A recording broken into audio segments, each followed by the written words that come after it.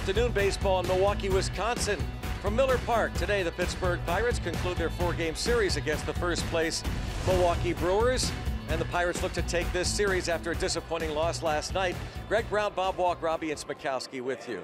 Pirates got some tough news. They placed Francisco Cervelli on the disabled list, the concussion DL, for a second time this season. And Bob, this is something that has been an issue with Francisco Cervelli going back to his Yankees days. So it has to be a bit disconcerting news for the Pittsburgh Pirates. Yeah, this is something that we've seen all sports now have to start dealing with in a very important way. This is not pulling a hamstring, something along those lines. This sort of deal can threaten your career and obviously can even have long-term health problems. So they really need to get this figured out and get something done about it. Our Allegheny Health Network injury update: Francisco Cervelli on the DL. The Pirates offense has been clicking this month of June. This series we're focusing in on a couple of players. Well, always Josh Harrison. He's just been on the move constantly. And Jordy Mercer has continued this hitting streak, currently stands at 11 straight games. Yeah, they're both just doing great things for us. You know, Jordy, a little bit of a slow start when things got rolling in April, but he has really turned it on. And the big things about these two guys, they're always in that lineup. They never want out. Somebody you can really lean on them. Ivan Nova gets the start for the Pittsburgh Pirates today. 7-2 on the year. He's having a great campaign. Yeah, obviously this is a very big game, and we got our best out there this afternoon. Can't wait to watch this pitcher's duel. And the best on the mound for the Milwaukee Brewers. They have their best starter in Chase Anderson. We'll talk about the right-hander of the Milwaukee Brewers as the Pirates and Brew Crew meet in Game 4 of this 4-game series.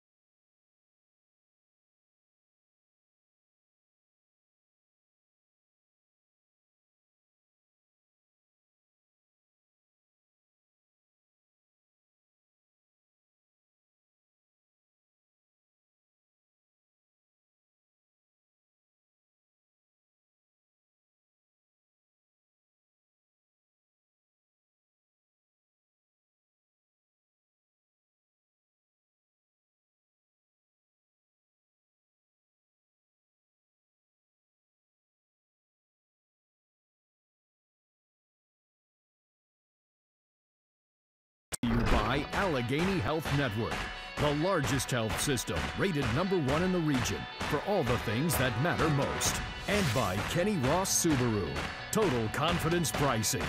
Let's go Bucks! Here in Milwaukee, Pirate fans on hand. There's Ben Prantle from Colorado. He's got things to ban: the DH, blue cotton candy, and underplaying Jordy Mercer's home run calls. Yeah, let's get rid of those.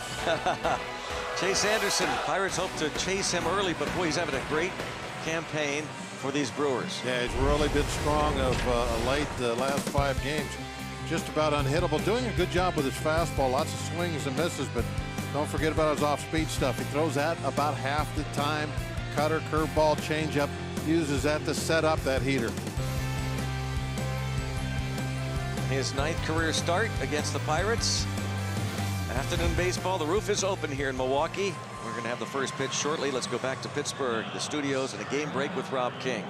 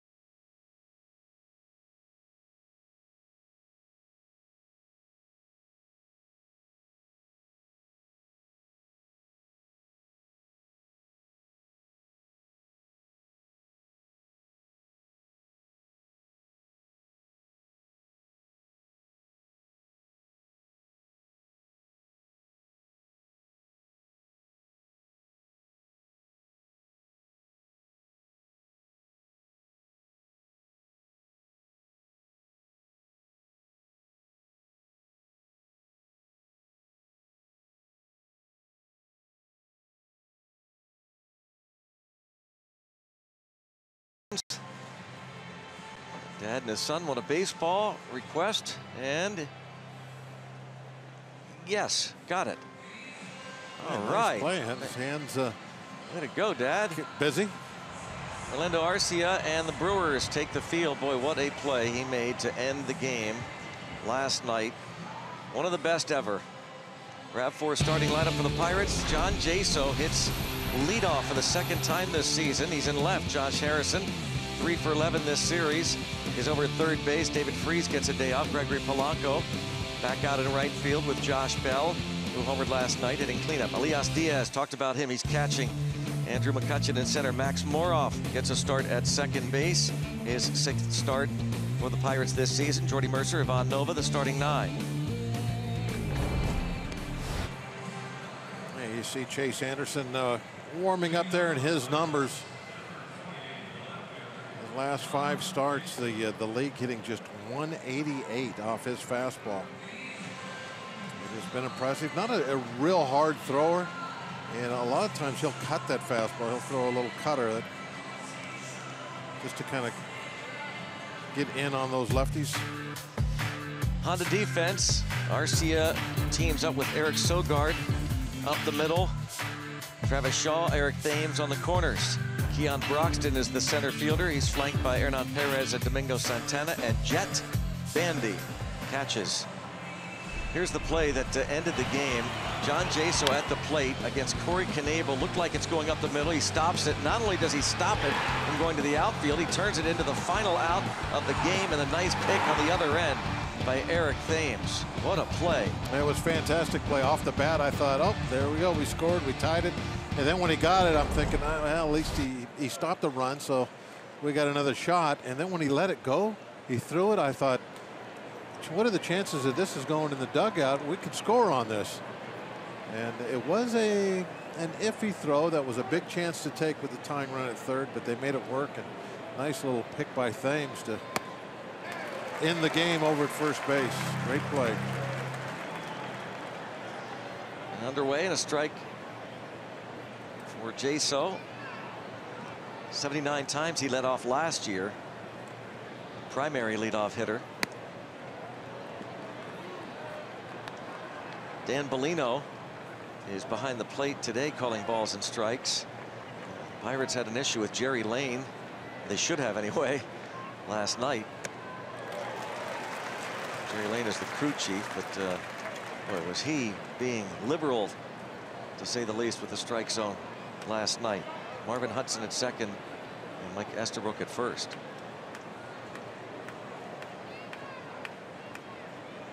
One and two on Jaso.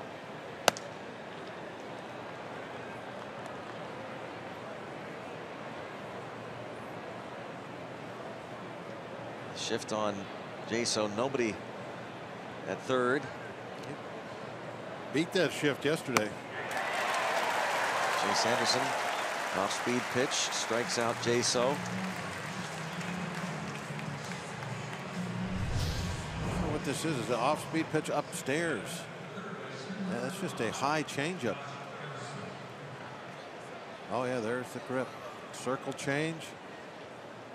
And got away with it in a hitter spot. The high changeup right down the middle. Not where he wants that ball. Pitch had some character to it though. Made it through. That's the pitch that he's really been having a lot of success with. A lot of swings and misses on his fastball. As you just saw Jay.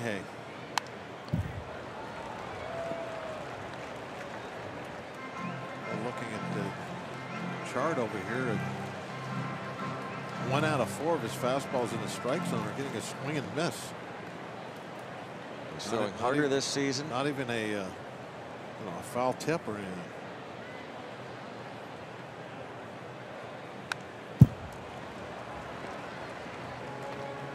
Anderson, total of 78 strikeouts in his 83 innings. He's given up 7 homers.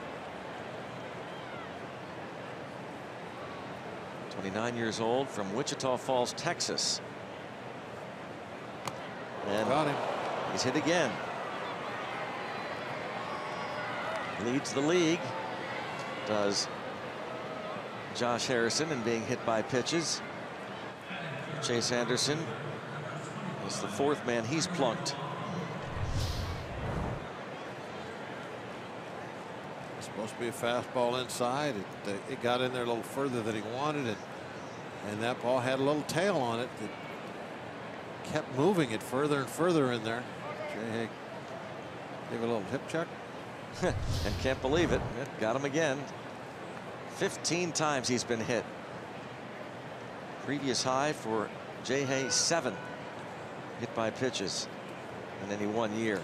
Seems like he's been hit 7 times in a series this year. Well, that's 4 this series, isn't it? What did he get hit? Did he get hit 4 in a row this year? 3 in a row, I remember.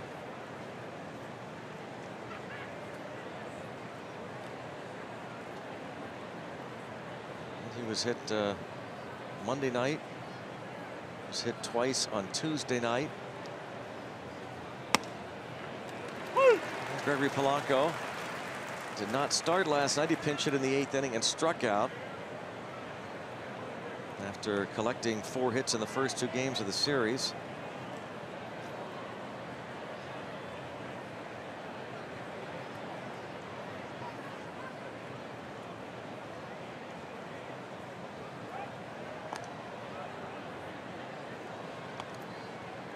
Harrison swiped a base last night in the first inning.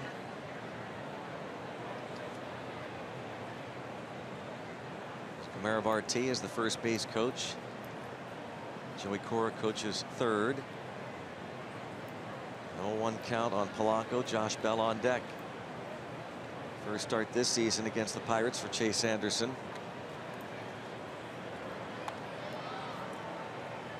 He's a little worried about J-Hay maybe taking off.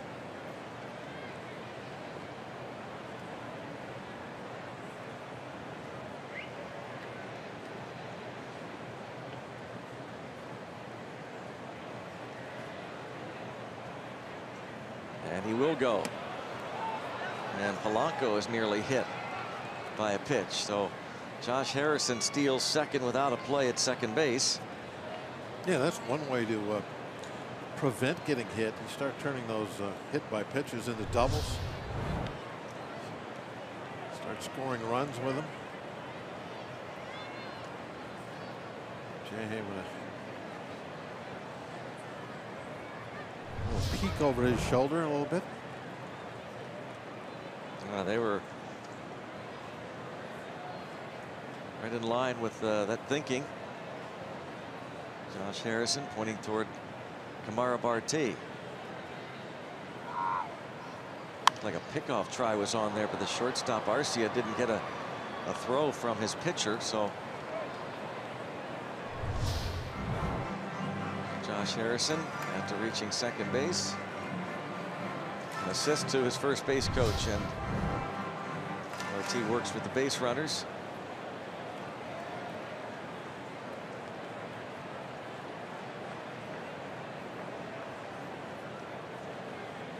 One ball, 2 strikes on Gregory Polanco.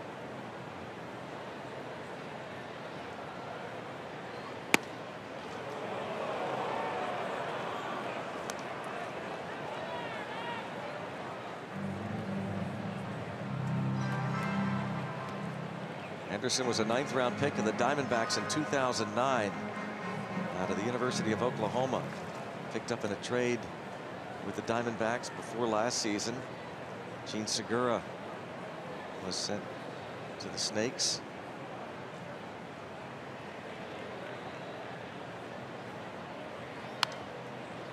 Still 2-2.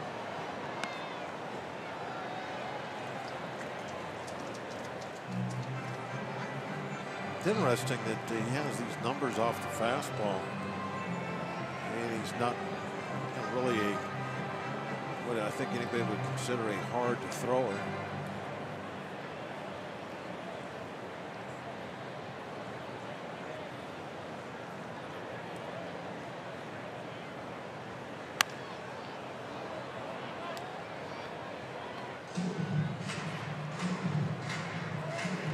Trevor did a nice job yesterday. Yep. He had retired 7 straight going into the 7th inning. Had the 3-1 lead, then gave up leadoff hits to Keon Broxton, Orlando Arcia. That third base line been a problem this series for the Pirates against these Brewers.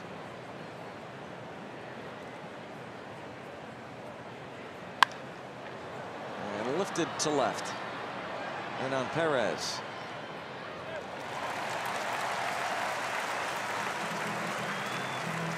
Polanco flies out.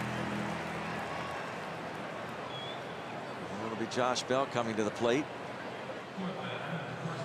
Anderson's last start against the Padres went 7 innings, gave up 3 runs on 5 hits. He's 3-2 with a 3.43 career ERA and 8 starts against Pittsburgh.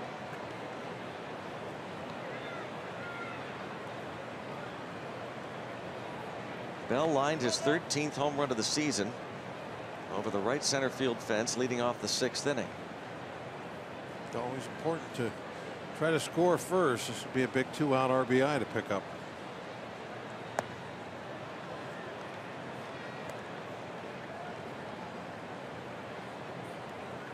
Hey, looking around, checking where the outfield is. Of course, with 2 outs, it's not really all that important. He's off on the crack of the bat, trying to score. But it's a good habit to get in. Constantly looking out there, have an idea where those outfielders are at.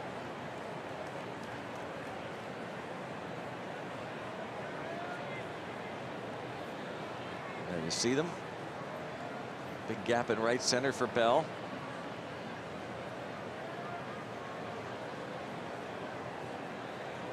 Two-0 count. And into left field, this will give the Pirates a 1-0 lead. As Broxton stumbles, Josh Bell, his 32nd RBI.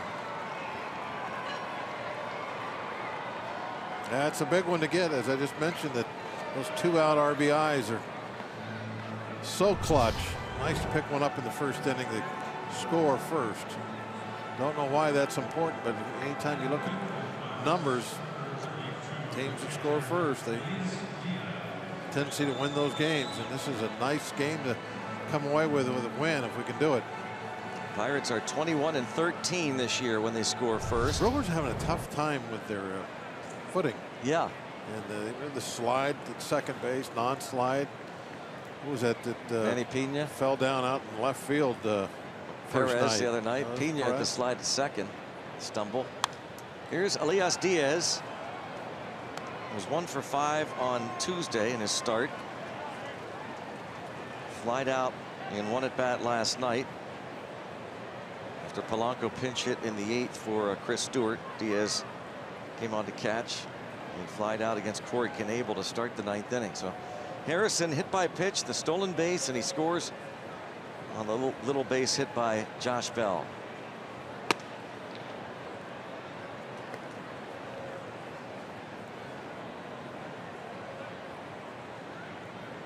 Ivan Nova has a 1-0 lead. See if the Pirates can add to it with 2 outs.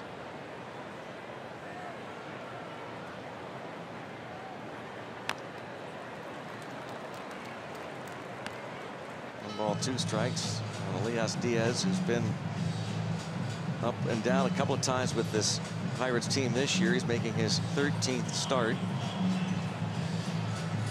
And with Cervelli on the disabled list, it'll be Chris Stewart and Elias Diaz catching. Clint Hurdle said today that he's not going to name a starter, but as Bell takes off for second base, and he makes it. Stolen base for Josh Bell, his 2nd. You know, Josh is one of those guys that, you know, he doesn't have base stealer speed, but he's not slow either. He could surprise people, kind of pick his spots here and there. You know, be one of those guys that maybe ends up the year with a dozen steals. Kevin Young used to do that a lot. Well, there are plenty of first big guys who. Yeah, and they people have a tendency to just kind of forget you're over there after a while. Yeah. How about Paul Goldschmidt? Yep. Anderson able to get Diaz for a 2nd strikeout. Ivan Nova and the Pirates have a 1-0 lead after a half.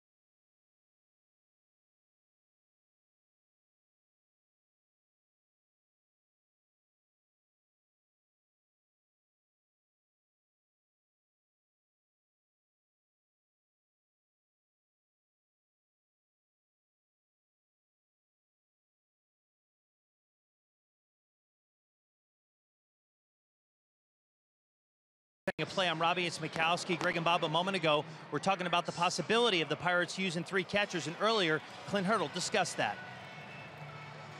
There's thoughts, do you go get another bat? The best bat we have right now is probably Diaz when he's not catching. So we looked at it from that standpoint. This way we have in-game moves we can make. We're not going to be out of catchers after 2. So we can be flexible with Diaz when he's not starting. If we've got to make an adjustment late like we did last night, hit for Stewart late. If we're behind, we have that opportunity.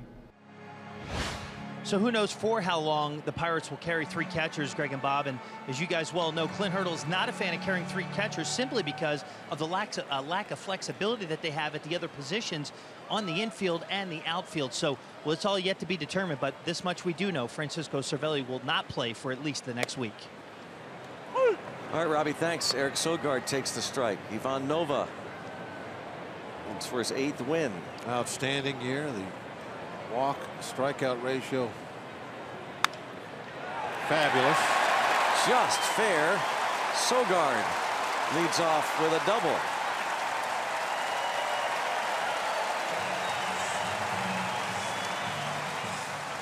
Didn't hit it hard. Perfectly placed. Brewers lineup. Sogard doubles. Eric Thames 0 for 10 with 7 strikeouts this series. Domingo Santana, Travis Shaw follow. Hernan Perez at left. Jet Bandy behind the plate. Keon Broxton, Orlando Arcia, Chase Anderson for the Brewers. 11th double for Sogard. It's a 10-game hitting streak for him now.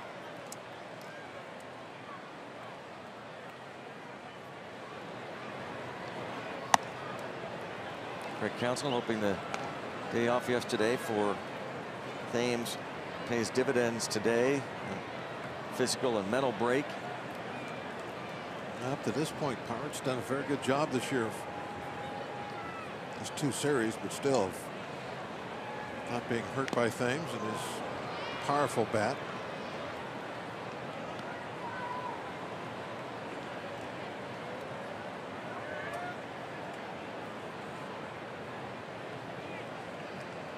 And those numbers to back up what Bob was talking about.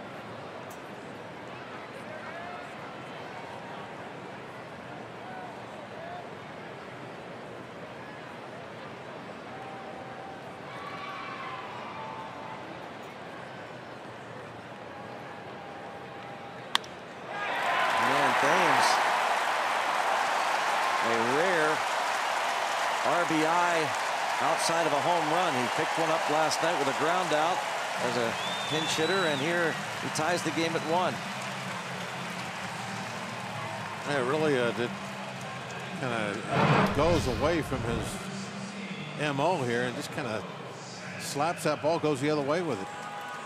Not really trying to drive it, really under control, the easy swing. All the strikeouts that he's been having against the Pirates. I think maybe they're doing a little behind the scenes cage work, perhaps, staying back and trying to stay under control and hit that fastball the other way. Thames is a lot like these Brewers as a team. They don't score many runs the conventional way.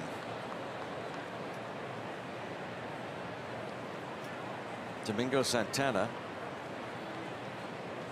the home run that gave them the lead last night in the 7th inning. 2-run opposite field home run off Daniel Hudson. His 12th of the year. Rivers Casino tips to win.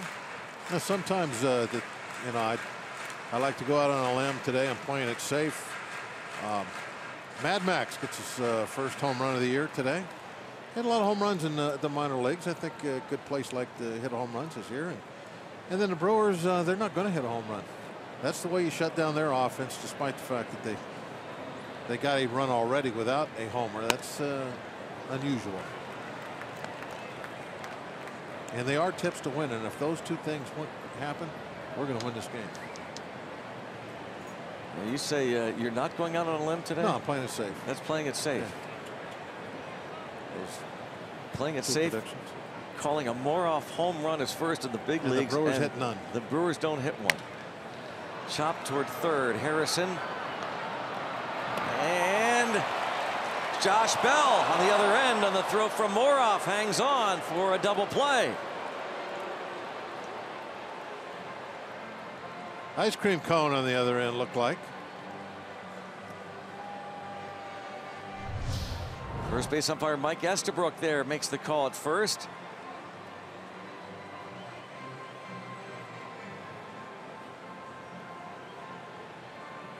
Brewers are getting close to, I think they're 30 seconds up, whether they want to challenge or not.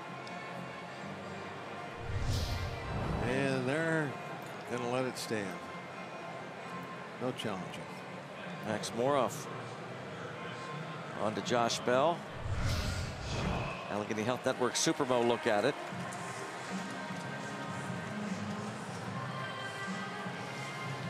Toe was on the bag.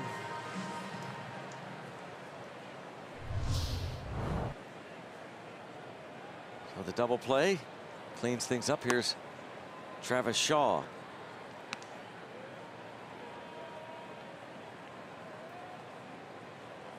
Two for 11 in the series. He homered on Monday night, accounting for their lone run. A couple of pitches here. Nova thought he should have gotten calls on.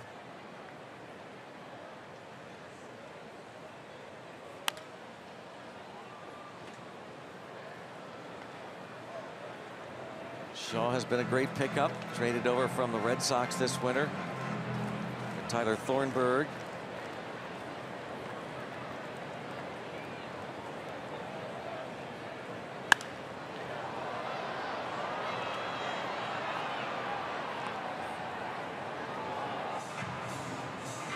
Orlando Arcia made that play last night. He's also got 5 hits in the series.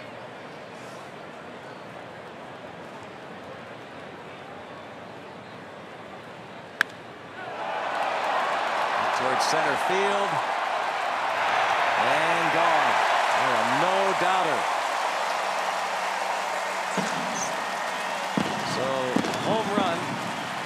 It is 2-1 Milwaukee. Travis Shaw's 14th. Well, you know what this means, Greg? Max has got to hit 2 today. I knew that. He knows it. 14 for Shaw. It's the 11th allowed by Nova.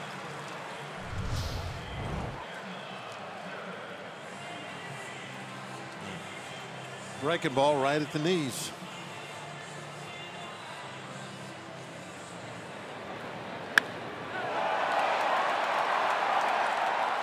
Well, that changeup that he had out of the ballpark first night, that was downstairs also, wasn't it? Yep.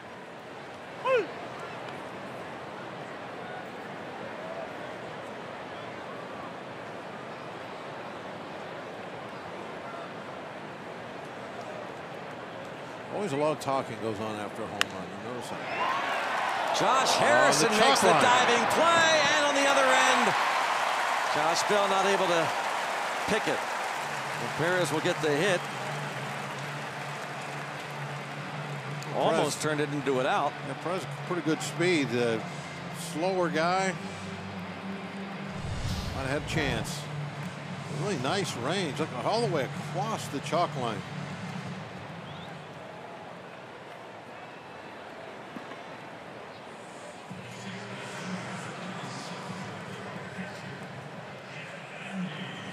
What that was this would have been a bang play. Yeah, they still might have got him. Maybe Perez runs well if that ball, watching the replay, if it would have been picked.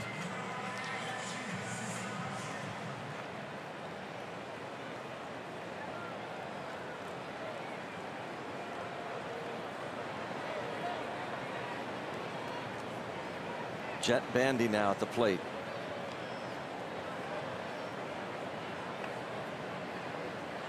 A hit for Perez. Now both these starting pitchers scored upon in the first inning. And our pitchers deal with today.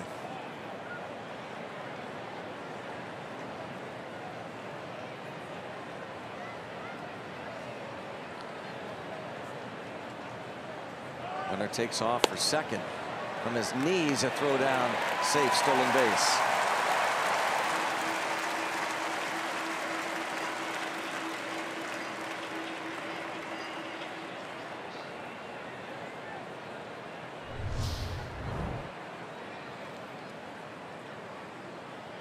Like a pretty good accurate throw. I'm thinking this was just a great jump. I mean, that's definitely showing your arm off when you can have your knees on the ground and throw that ball that low all the way there and put it right on the bag.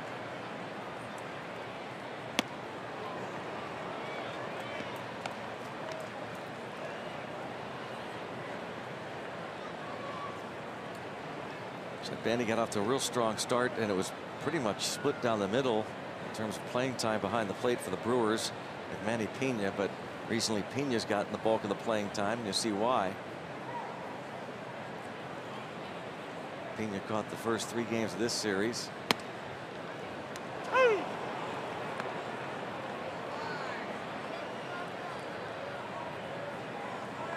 And Jet Bandy a little bit surprised to hear Dan Bellino call that a strike.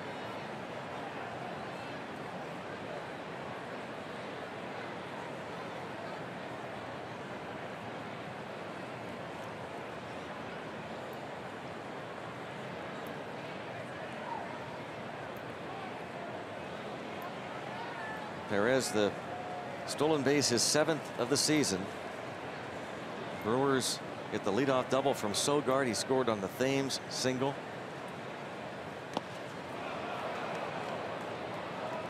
No swing, says Mike Estabrook. Blocked by Diaz. Nova walked 2 in his last start. That was of note because of this impeccable control. He goes even 3 balls on a batter, walks 1 or especially 2. Very efficient because of that. He ended up going 7 innings against the Chicago Cubs. Pirates won on Saturday night at PNC Park. And Ray Searage and Elias Diaz catches Nova for a 2nd time this season.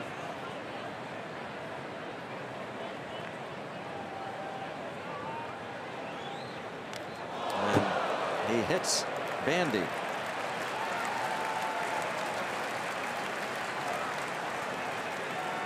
Yeah, that's another thing that we haven't talked about with the Cervelli situation, and if Diaz gets the bulk of the work, which I think everybody's expecting, what kind of an effect does that have on the pitching staff? Yeah. Well, when the Pirates talk about Cervelli, why they brought him over to Pittsburgh to begin with and signed him to that 3-year extension, which runs through 2019. Often talk about his pitch calling, pitch framing, defense as much as anything for Cervelli.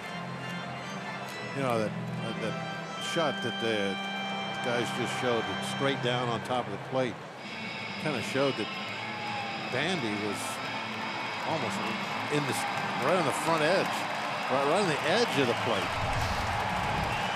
Watch where he is after he takes his stride. Look at his hands. Yep. I mean, that ball is not very far inside. That ball would have probably crossed right about where the chalk line is on the batter's box. If it hadn't hit him. He was right in there. It's tough not to hit anybody when they're that close and you're trying to throw a ball on the inside corner. Keon Broxton takes ball 1. 1 for 3 with a walk last night. 3 out of 8 in the series.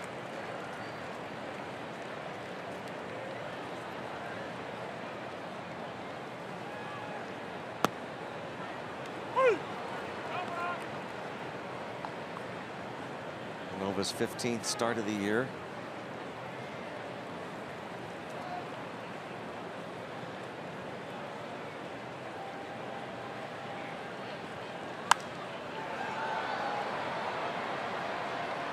25 pitches now for Nova in this first inning. That's almost unheard of, isn't it? Yep.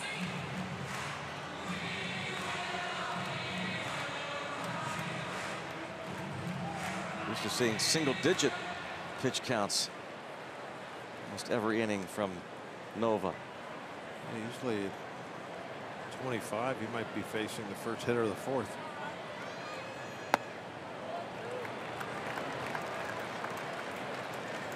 Another Diaz out to talk with him. 2-2. That's very un-Nova-like there.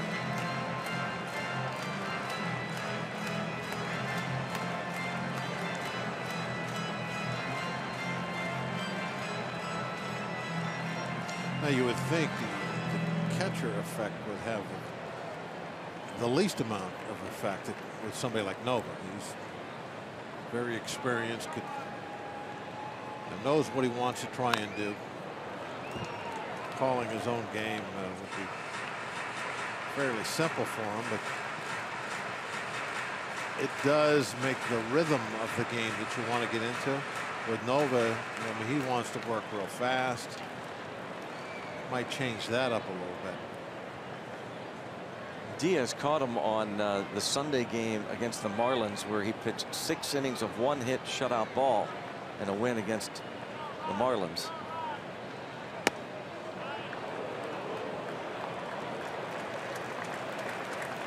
And a full count on Broxton.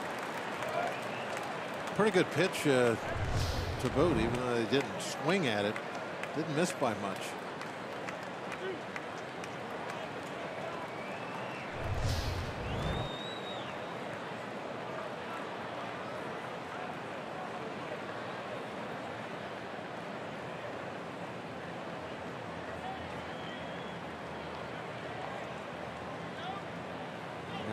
See, this is what I'm talking about. This is exact situation right here. Not on the same page. Had to go through a bunch of signs. Finally, Diaz calling time.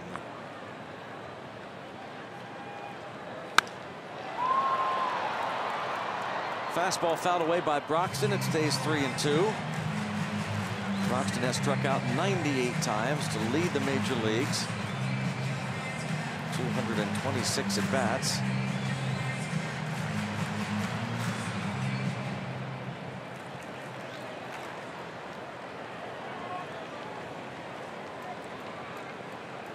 I think Broxton struck out once. That was on Monday night. And he goes down for a 99th time. Brewers pick up a couple. Travis Shaw homers, 2-1 Milwaukee.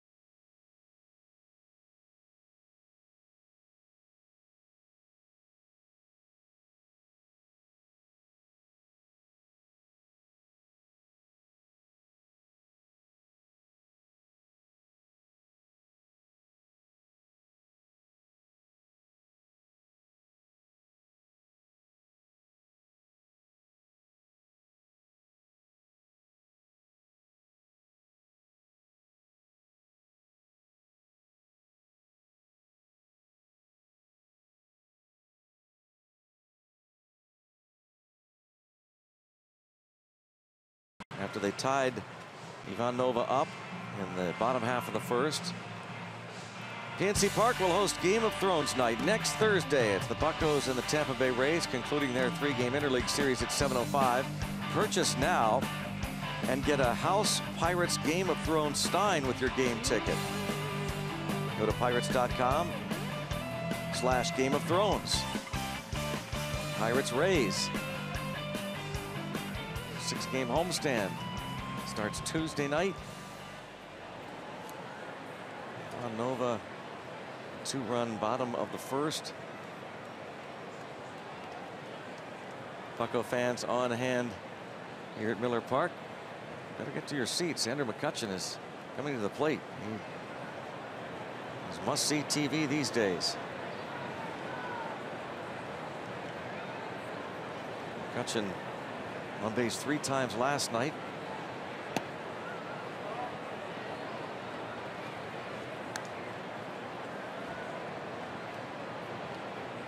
Six for 10 in the series. 11-game hitting streak here at Miller Park.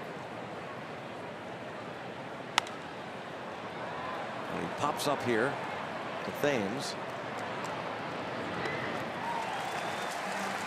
This is just like the old days of Kutcher, that where he hit 400 for a whole month. Yeah. Well, he's only a couple of days away from hitting 400 for a month.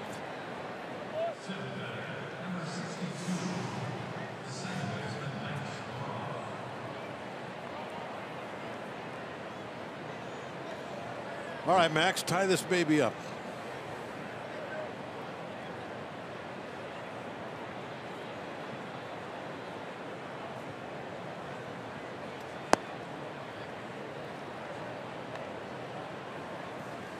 Ball 1 on Max Moroff. 23 at bats, the big league level this season. 13 home runs, 36 ribbies at AAA Indy. That's right. 13 long balls at Indy. First one today here at the big leagues.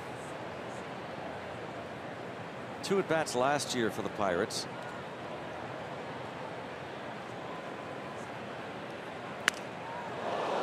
Wow. That was wild. They got in that cup. See I know, but I mean, did you see the 3 or 4 splinters pop out in the air like that? Takes bat speed to do that. That was wild. Spraying the field with wood chips. Look at that. The bats are all cupped, and so when that ball can get in the inside of that cup area in the very end, it'll blow out one of the sides, and that's what happened there. Watch it on the Allegheny Health Network Supermo. Get right inside, right there.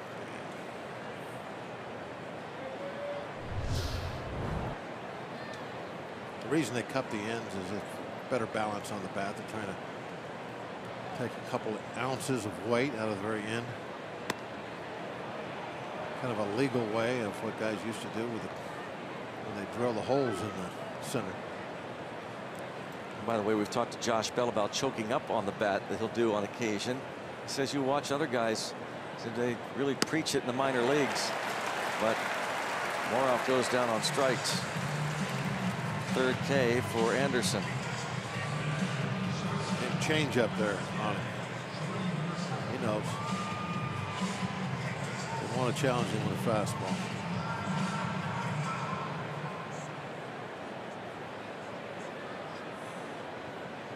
Jordy Mercer has an 11-game hitting streak.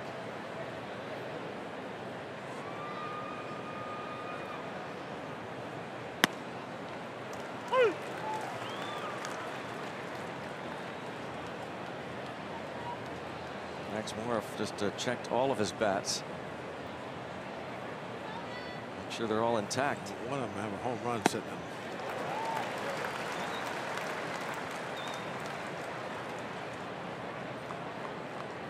Come on, Greg, get on board. Come on, Greg. I mean, I'm trying to help you out, but I'll go ahead full tilt. You want to do that? Yeah. All right. On, full tilt. So we had the tips to win, no home runs for the Brewers. So Max going to have to hit 2. Well, you didn't say that. You just said no home runs for the Brewers. They've hit 1. And there's a strike 3 called. 1-2-3. 2-1 Milwaukee.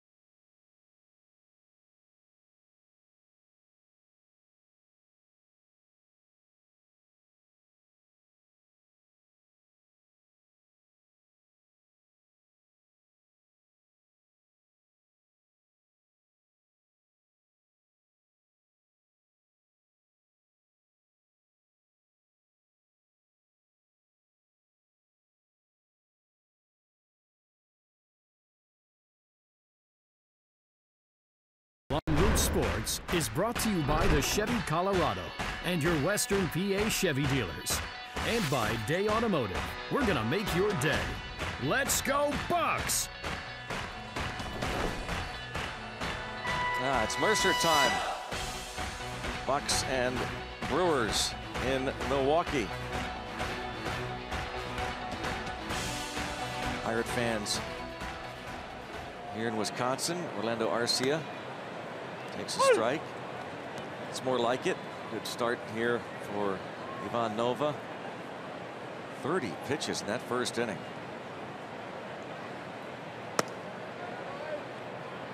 Well, Nova's a guy that can really shrug that off and get right back to being efficient, as long as it is going to be one of those days. I mean, very capable of a long first inning being meaningless for him the rest of the game. He's not going to panic or anything like that. He'll keep throwing strikes. Arcia bounces weekly to Max Moroff, and our Day Automotive this day in Pirates history. On this date, 1925, eventual world champion Buccos defeat the Cardinals 24-6 at Sportsman's Park in St. Louis. 24 runs, the most in franchise history for a single game since 1900. Max Carey 4 for 5, 2 hits in both the first and the 8th innings. George Grantham 4 for 4, grand slam, drove in 6. Pie Traynor also a grand slam. Clyde Barnhart 3 for 5 with 5 ribbies. Spread it out and around that day, didn't they? Yeah. A lot of guys doing well.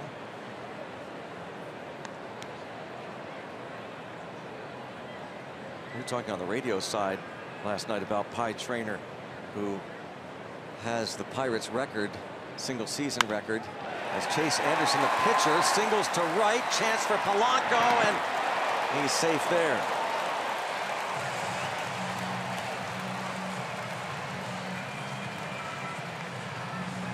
Gave it a shot. That's one of the things that'll happen when you have a right fielder that will play the pitcher very shallow. If there's a ball hit out there fairly hard right at him, always the possibility of throwing him out.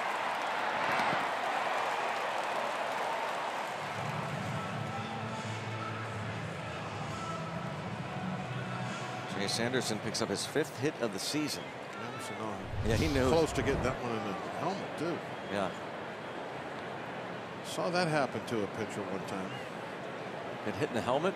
Same, exact same scenario. Base hit in the right for Sogard. Throw came in from the outfield, wasn't caught by the first baseman, and hit him square in the head.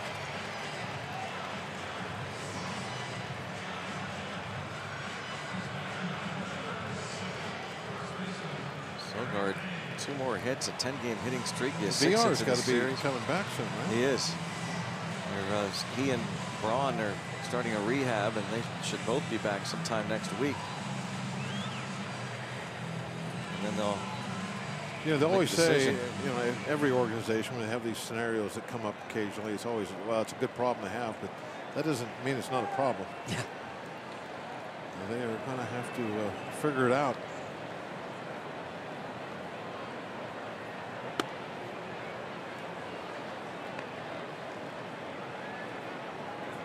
Atlanta's going to have a situation like that soon. Freddie Freeman. Yeah, and Adams. Yeah. Adams has been just tearing a cover off the ball since he took Freeman's spot after Freeman broke his hand. Bounce to Bell, throw to second for 1 and to first. They will not turn 2. Thames reaches on the fielder's choice. 2 down. And that one seemed to kind of take a while to develop. Thames end up beating it out pretty easily.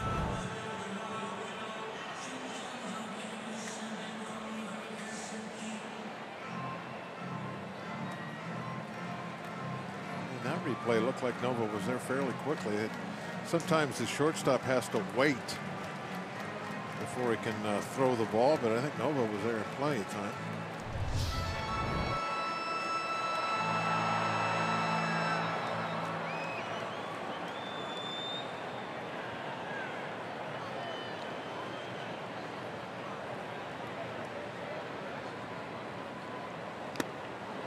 Santana hit into a double play in the first inning. As a pitcher, when you're running over there to first base, set yourself up in a position to get that throw.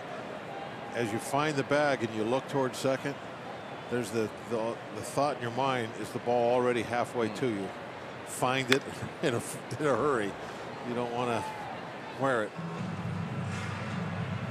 I guess it's a lot like what happens with NFL receivers, that when they turn around to look for the ball, if it's coming, it's already on its way most of the time. That can happen to you over at first base. As you hit the bag, you're looking back, and the shortstop has already thrown it to you. Got to find it in a hurry.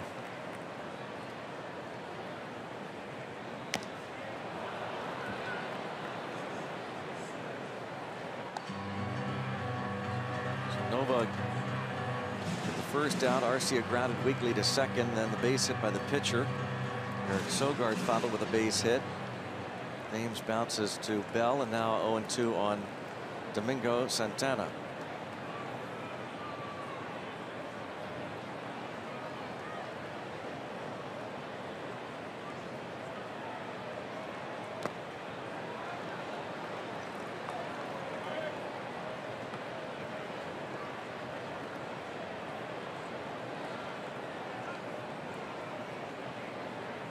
Nova was traded over from the Yankees to the Pirates last year. He has been outstanding, signed over the winter as a free agent, re-signed by the Pirates.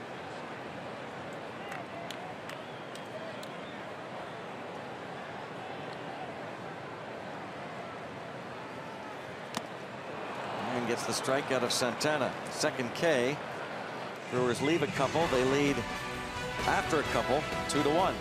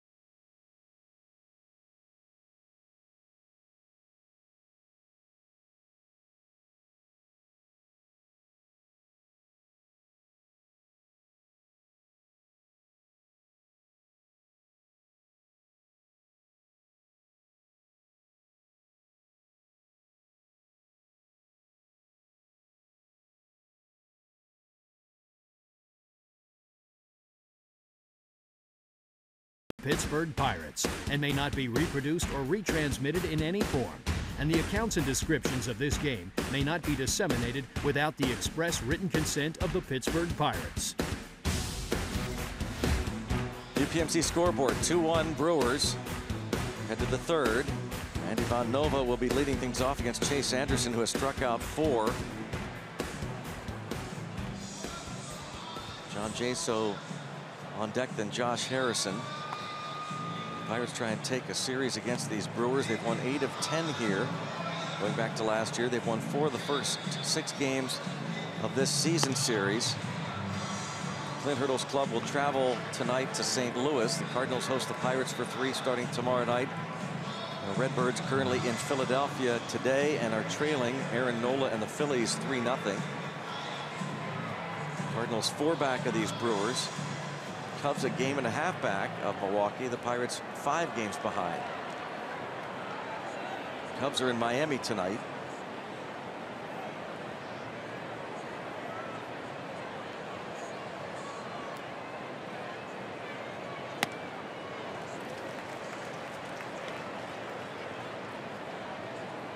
One hit in 29 at bats for Ivan Nova. Jamison Tyone there in the middle. Will start tomorrow night against Adam Wainwright.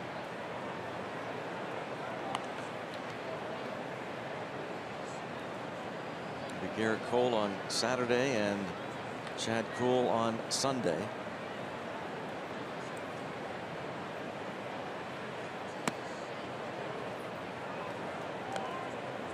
Two balls, 1 strike. Good matchup pitching-wise on this Saturday game. Cole versus Lance Lynn.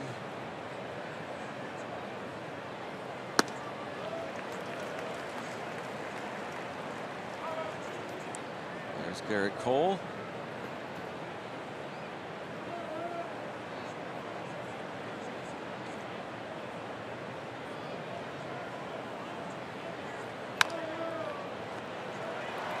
Easy play for Anderson.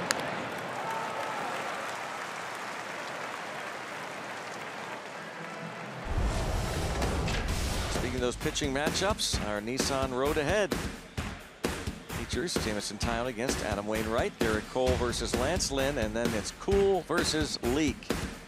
The Pirates are heading home. That's a Sunday night game. Pirates are heading home after that Sunday night game, and we'll have Monday off rather, and then 3-game series with the Tampa Bay Rays and 3 with the San Francisco Giants.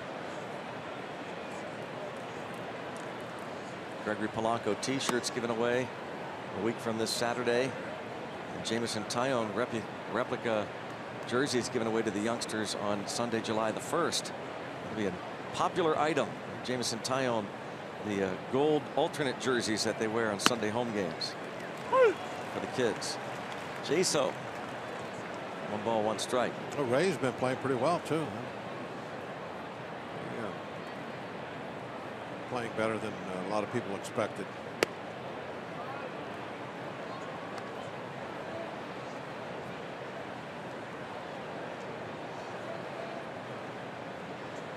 Elias Diaz talking with Ray Searage there. And Ivan Nova.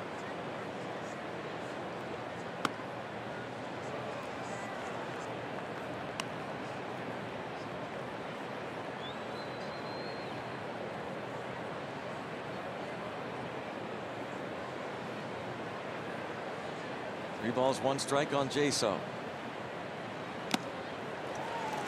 Former Ray. Those swings and misses on the fastball. John Jaso, he knows what Francisco Cervelli is going through. That's why it is so disconcerting on the part of the Pirates as Jaso goes down on strikes. 5 Ks. Yeah, it really is. I mentioned that during the open. It's a different thing. Remember that look we had down when Bandy got hit? Let's see where Jay is on his ball that was inside. Now he puts that front foot right on that chalk line also, but it's just the foot. His whole body stays a lot further off the plate. So even though he gets hit a ton, it's not like they're on that chalk line like that was to Bandy. He steps in there with that front foot, but he doesn't have his whole body following him into the strike zone. He leads the league, having been hit by pitches 15 times. Barrel Automotive league leader stat. Josh Harrison. Again, his previous high 7 in any one season. There's a drive to center field. Back is Broxton, and he makes a nice catch. Boy, casually goes back, stays with it, and makes the grab on the drive by Jay Hay. The Pirates go down 1-2-3. Lead. They are trailing the Milwaukee Brewers 2-1.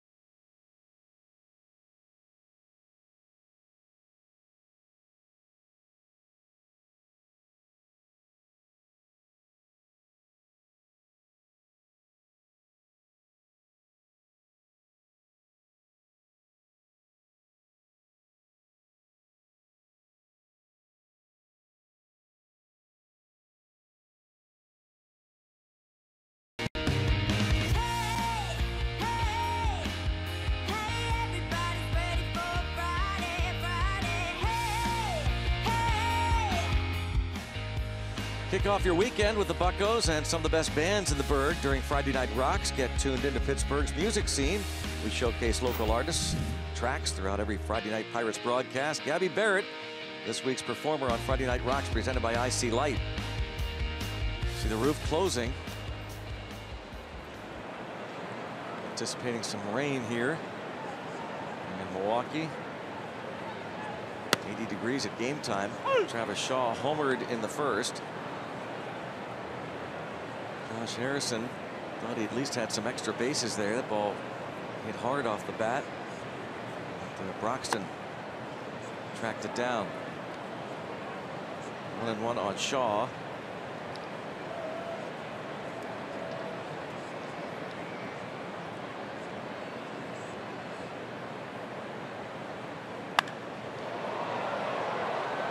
Bullet into the seats right side. 1-2.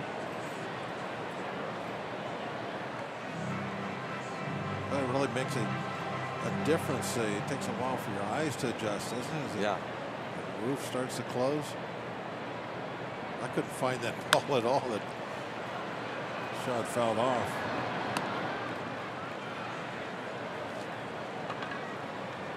Thanks, Moroff. No roof necessary. Brings his with him. The Lou Brock umbrella.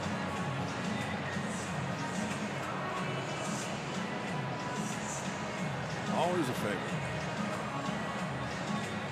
Nova looking around. We talked to some of the players about this. It is the contrast remarkable when this place is closed compared to when it opens up. It's a difficult adjustment.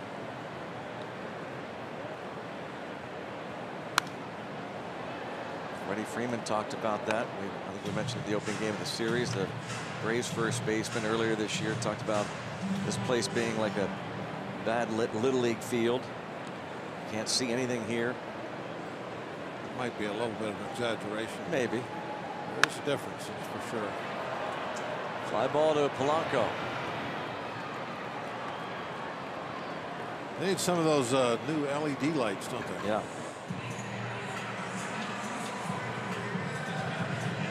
Nova having a nice Nova-like inning here in the third. First inning, 30 pitches, the most he has thrown this season in any one inning, 30. It was also in the first inning against Arizona last month.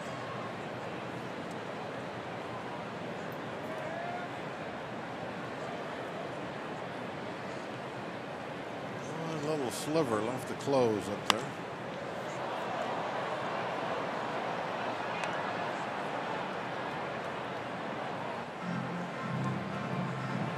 Everybody will be secure from the rain.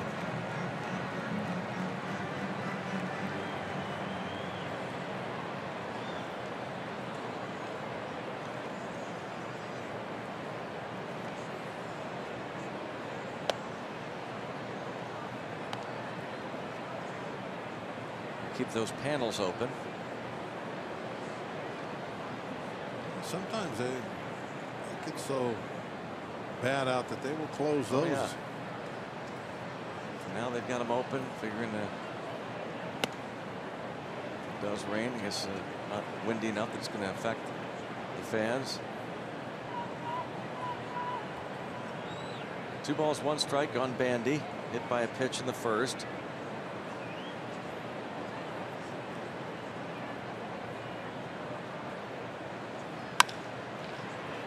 Mercer. It's a quick inning. Pirates down a run after a 10-pitch 1-2-3 bottom of the third for Nova.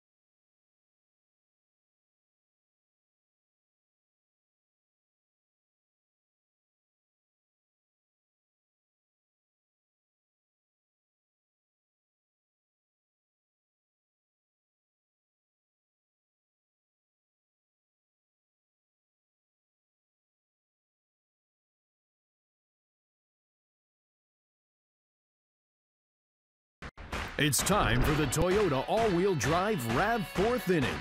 Toyota, what drives you? UPMC scoreboard. Brewers have the 2-1 lead, head to the 4th. You're inside Miller Park. The Pirates have played much better. Going back to last season. They've won now 8 of their last 10. Nova has settled down after that long first inning. Down just 1 to Chase Anderson. Gregory Polanco, Josh Bell, Elias Diaz. Anderson has allowed 1 hit. He has set down 7 in a row.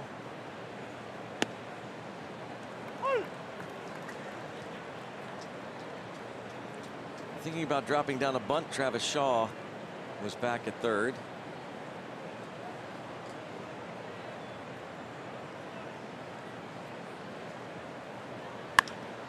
It's hit hard toward left center field. And a line drive home run for El Cafe. Ties it at 2. It's his 5th. Tough ballpark to bunt for a base hit. I don't know if he was really serious about that or just taking all the way. But he's got to swing the bat. He's a guy that we're looking for some power from. And in this ballpark, flick a ball out of here anywhere. Gregory Polanco homers.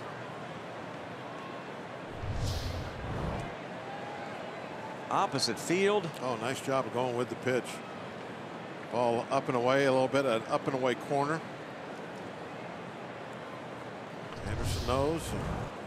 In this park, he gives up a ball hit at that angle that's hit pretty well. A good chance it's not coming back.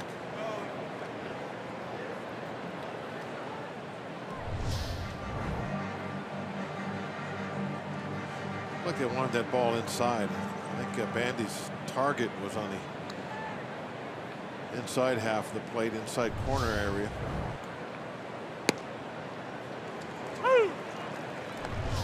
Polanco, second homer in his last 5 starts.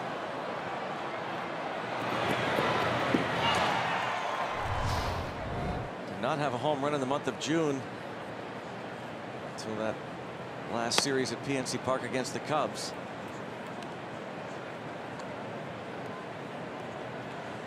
You know, towards the end of the day, Greg, we got to pick our MVP for the series. Oh yeah, that's right. We said we were going to do that on Monday. Well, I had predicted Bell, but he's going to have a strong game today. Andrew McCutchen, probably the leader down the stretch. Could be decided though, right yeah. Here this afternoon. Yep. I've got Max Moroff. Few candidates. There's a tapper, and Anderson will throw out Bell.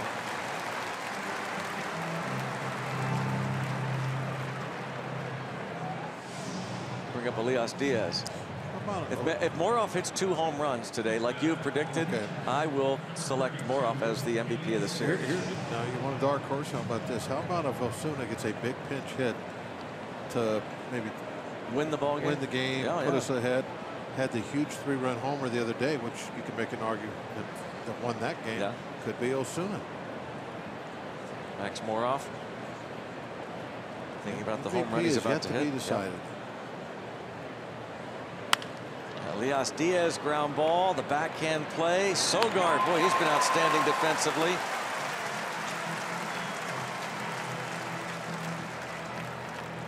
Been outstanding in all facets.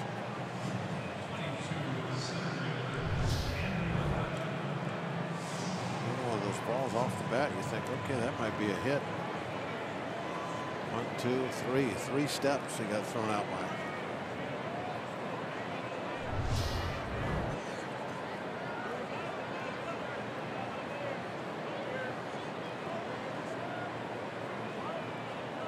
McCutchen popped up his first time up. Breaking pitch. Ball 1.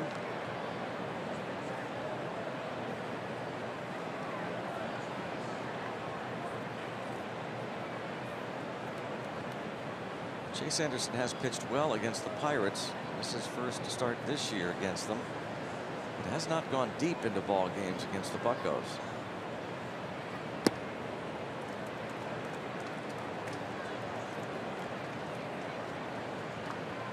And 1. Gregory Polanco, home run number 5 to tie it.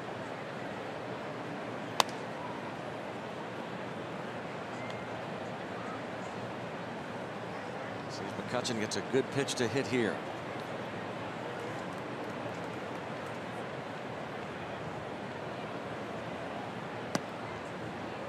No. 3-1. McCutchen homered in the first 2 games of the series. The way he's swinging the bat now for this last month. Those base on balls are really going to pick up. everybody wants to go at him. Word gets around quickly. There's another one. Walk to McCutchen. First of the game for Anderson. And here comes Max Moroff. Come on, Max. Bob's pregame prediction: tips to win. Now, the only thing I don't like the fact that they went with him soft at first at bat and struck him out with a changeup, because now Max is going to be telling himself, stay back, hit the ball the other way. I'm not sure. Well, what's that have to do with your prediction? I don't think he. If you would let me finish. I'm sorry. I don't think he has the power to go opposite field. He's got to pull the ball. Like I said, what's that have to do with your prediction? The tips to win: home run by Moroff and no home runs by the Brewers. Sometimes. Let's revisit those Rivers Casino tips to win from Bob. He was awfully confident, boasting that Moroff would homer and Brewers would not. Well, Travis Shaw has homered, so he's hoping that Moroff will homer in this ball game. I have to be off with my predictions occasionally to show him.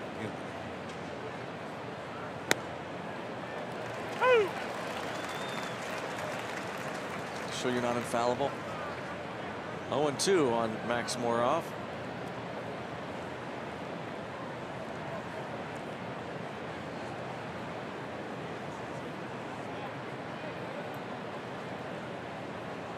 Still early in the game. Max doesn't need a home run right now. No. Just a line drive, base hit the left. Yep. I'll take that. Yep. Don't swing at this high fastball.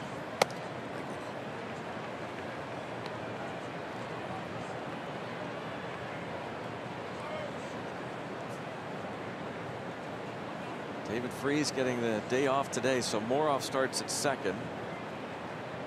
It's his 5th start at that position. He also has started a game at shortstop for the Pirates this year. I think baseball will get to the two-way radio communication for everybody instead of all these signs all the time. Would speed up the game. Do you think that'll ever happen? Probably. I mean, everything is they can make everything so miniaturized nowadays. Just little, small little earpiece.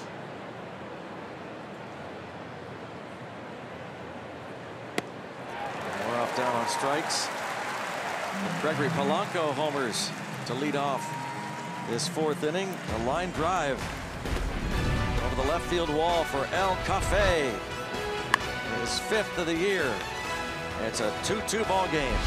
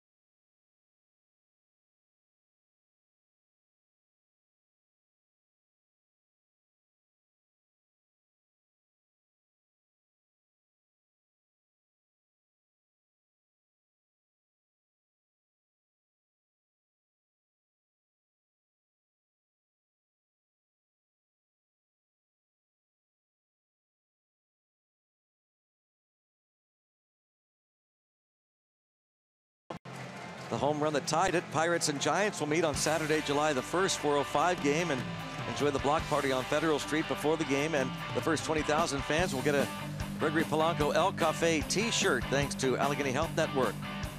Get your tickets now at pirates.com/free shirt Saturday. The bunt by Broxton, great speed, but Diaz will gun him out.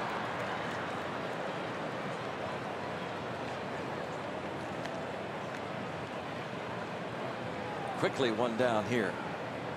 If you're a corner infielder for the Pirates, and that ball's out in front of the plate somewhere, you're probably wishing you were wearing a catcher's glove. He's going to get there in a hurry.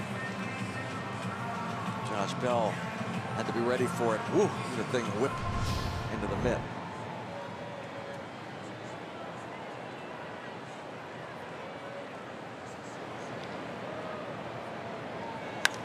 Garcia swings at the first pitch and pops it up, but see if Diaz has a play on it. He will. 2 pitches, 2 outs, as Nova looks to get back to that efficiency rate we're so used to seeing. To that 30-pitch first inning. He, as we said, very easily ignore a damaging inning and get the pitch count right back where he needs to. Back in that rocking chair. Faces Chase Anderson, the pitcher who singled off of him in the 2nd inning.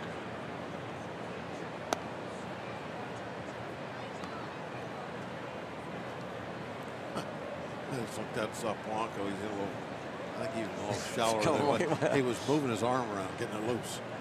He wants another shot at him.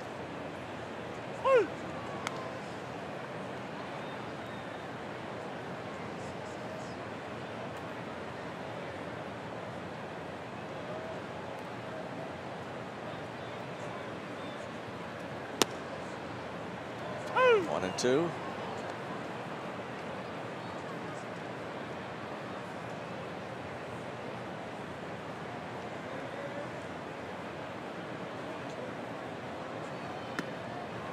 And there you go.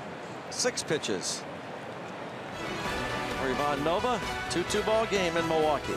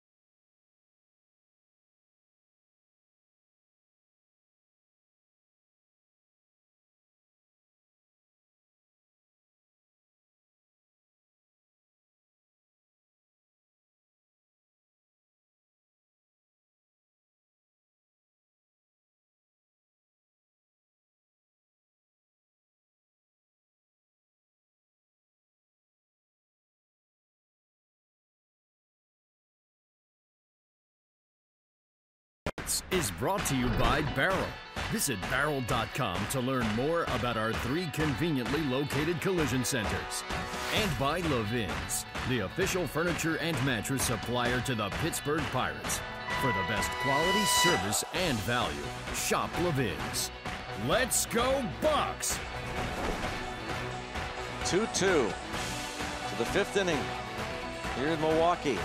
Pirates try to take 3 of 4 from the Brewers. Move back to within 4. The first place team in the Central. We're heading to St. Louis tonight. Cardinals trailing at Philadelphia in the 8th inning, 3-1. Cardinals 4 back of the Brewers. The Cubs trail by a game and a half. Jake Arrieta tonight against Jeff Locke down in Miami. Clint Hurdle is Buccos playing better ball and have won 7 of their last 11. Check out the standings currently in the National League Central Division. The Reds 7.5 back.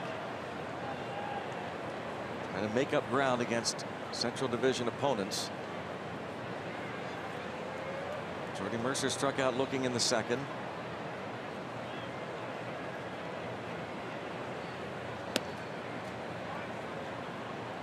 We're having a pirate party. Judy and the seniors living at Arrowwood. Shout out watching the Bucks.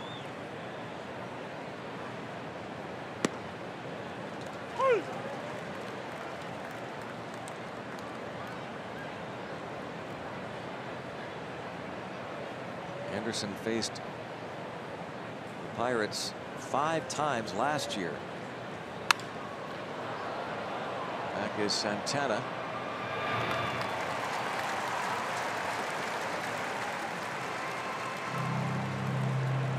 One up and one down. It brings up Ivan Nova.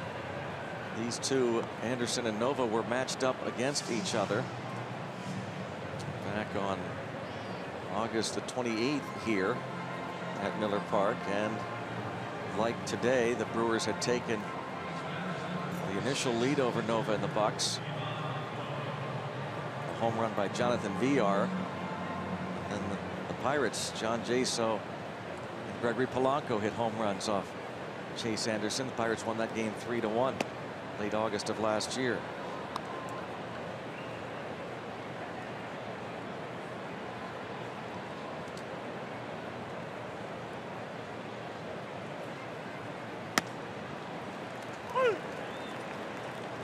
On a strike.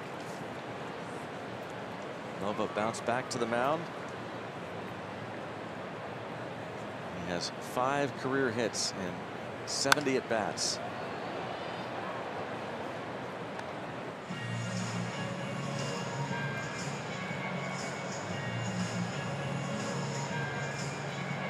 One for 30 this year.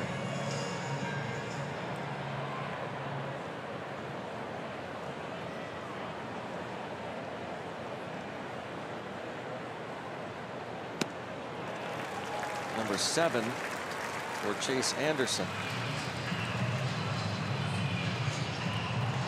Some Billy fireworks night going to light up the Pittsburgh skyline Friday night, June 30th, the first of the 3-game series against the Giants. A 7:05 first pitch. Head to PNC Park early. The Barrel Block Party on Federal Street, and after the game, Zambelli Fireworks Show. Go to pirates.com/fireworks for your tickets.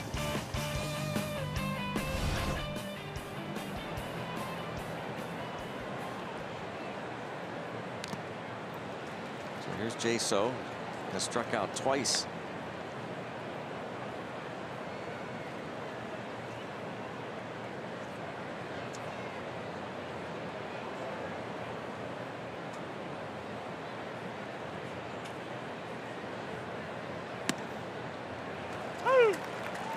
A couple of strikes.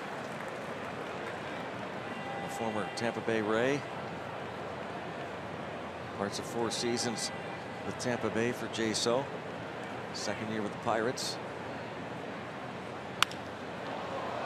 And Broxton. It's an easy inning for Anderson. Halfway through it, 2-2.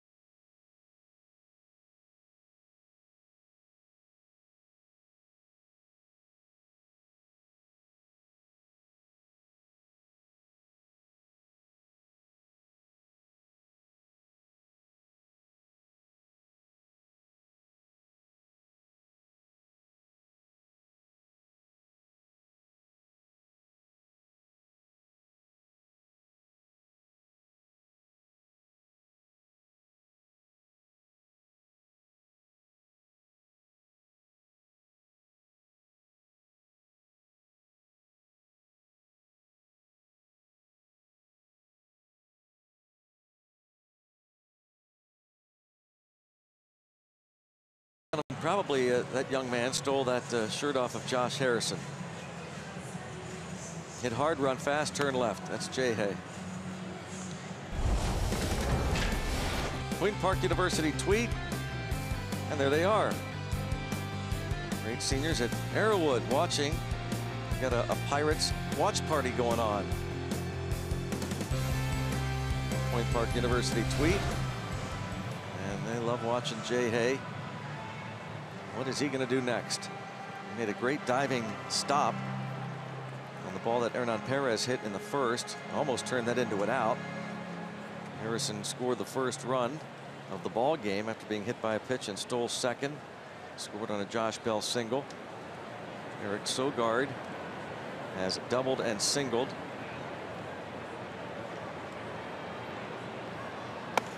Yeah, get this guy out. This is kind of getting toward a key point right now. The middle part of the game is tied.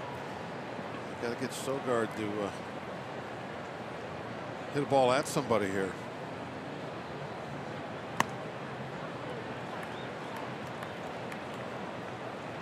Sorry I was gone last night, Rick. Glad to see her back. Had to get a cup of coffee and I got talking back there. Yeah. You know how it is. I know. Back by the coffee machine. There we go. That's what we're looking for. Nice lazy fly ball. Jaso.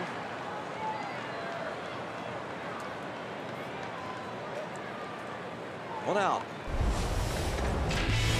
And more Point Park University tweets. How about Little Leagues? I love showing off the pictures of your team, your players. Hashtag Bucks Booth. Plum Crusaders. 7 and under baseball team. Won the Hempfield tournament. Won 4 games this past Sunday. There's the Storm. Love those smiles. Yeah, that's great. It really is great. Youngsters enjoying the game of baseball. Nothing better than that. Hashtag Bucks Booth. Senior photos.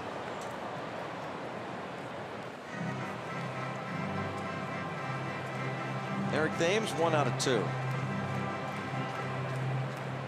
A lot of kids on hand here. Matinee baseball in Milwaukee. Got one of the nicest little league fields you'll ever see, just right outside here in the parking lot. Imagine they keep that pretty busy this time of year. Yeah, they've done a great job with this facility, with that baseball field right outside Miller Park.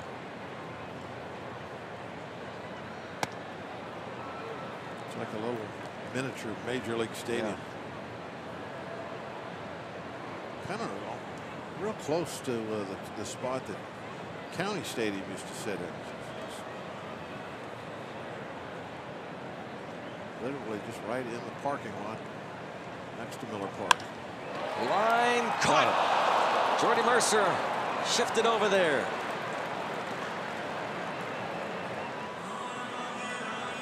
Yeah, went up a little early for that one. I thought maybe kind of had to hang for a little bit. Good hang time. Showed the good hang time, didn't he? Eric Thames doesn't like that shift. No, not happy with it. They don't do that in Korea. That's why he hits so many home runs. They can't play over the fence.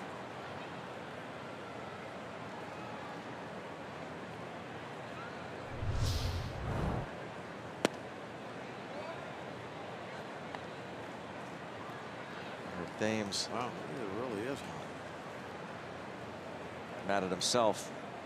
Yeah, I think he's just talking about not hitting it as hard as he wanted, and when you dip that back shoulder and you hit a line drive, you don't get the velocity you want. Plus, you're getting topspin on that ball. So instead of the ball kind of taking off and actually rising a little bit, it's going to start coming down and helping out the infielder that's trying to jump to it.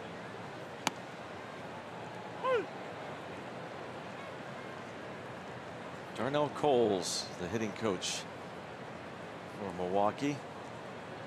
Or the black and gold for a while. In the 80s.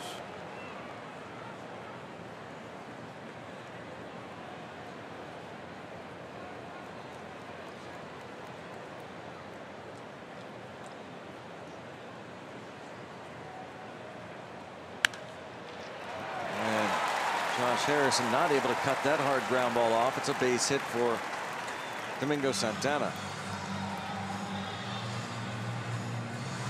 Well, at least when they pass you on that side, it's just a single.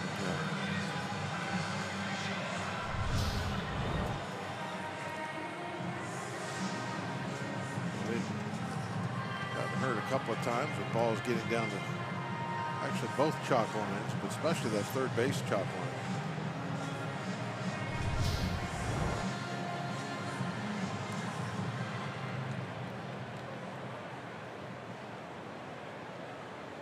Travis Shaw.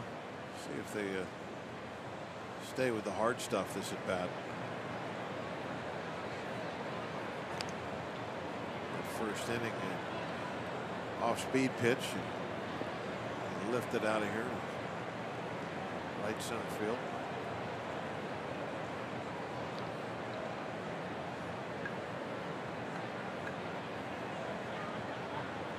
Closing in on 50 RBIs. Foul ball.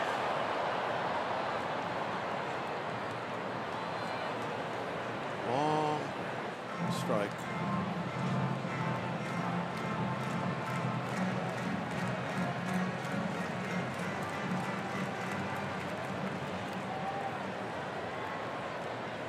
Last year 71 runs batted in. 480 at bats for Shaw. You have to wonder if the Red Sox don't regret that trade they made. Of course, Tyler Thornburg was on the disabled list at the start of the year. But Red Sox searching for a third baseman. Hasn't worked out with Pablo Sandoval.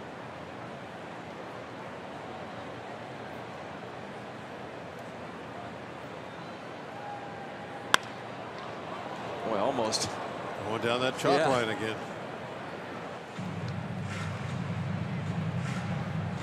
Ed Cedar, third base coach.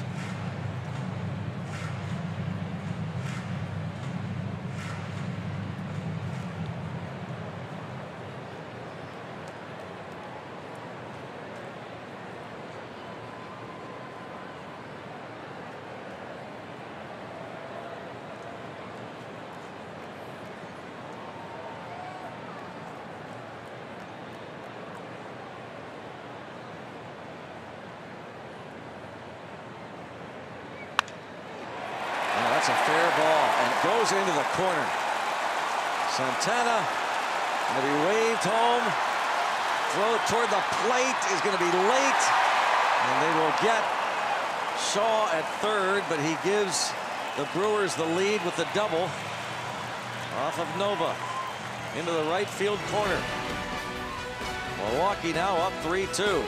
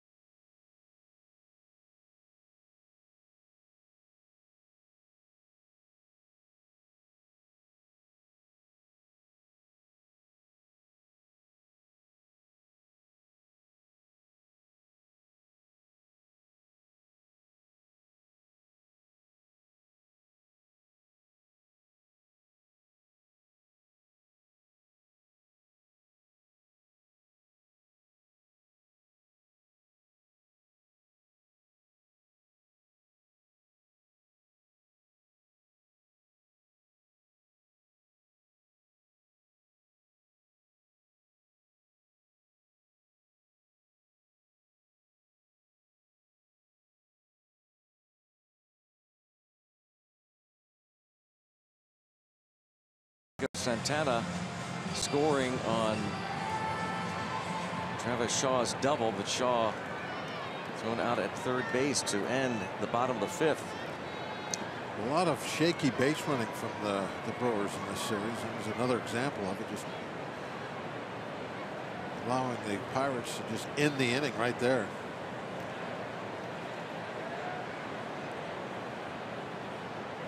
Well, thank you very much. Now we only have one run to get back.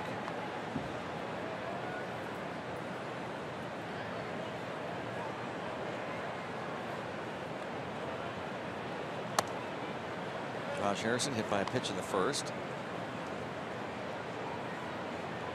I guess they just hit so many home runs, they don't have the experience of running. That's exactly what it is, yeah.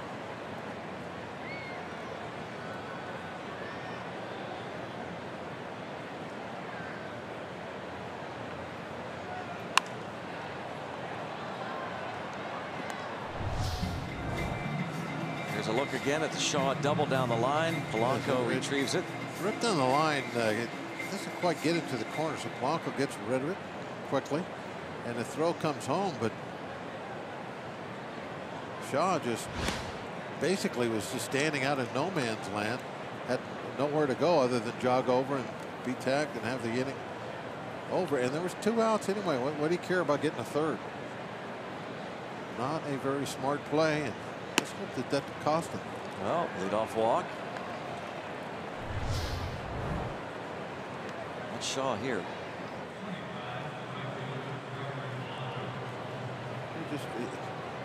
The whole time he was running, all the way from when he hit the ball, he only actually ran hard for about 20 feet. Craig Counsell, I think right now is thinking that same thing. He's still befuddled. Now he's thinking about the bullpen.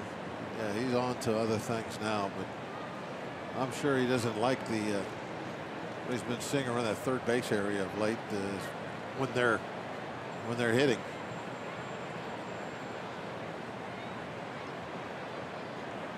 Polanco's first assist of the year, and he homered in the fourth off of Anderson.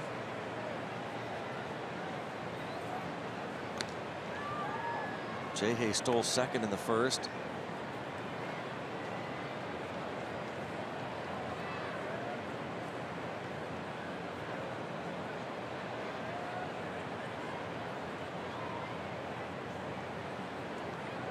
Polanco gets locked in.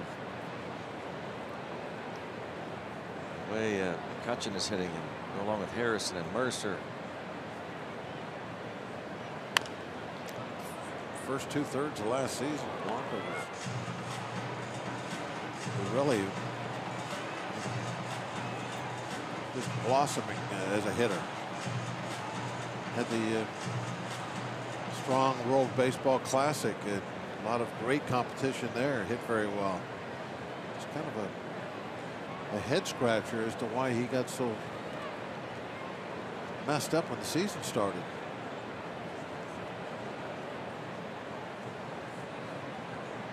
He's very capable of the second half of the season. Adding another 15 home runs or so to what he's got right now.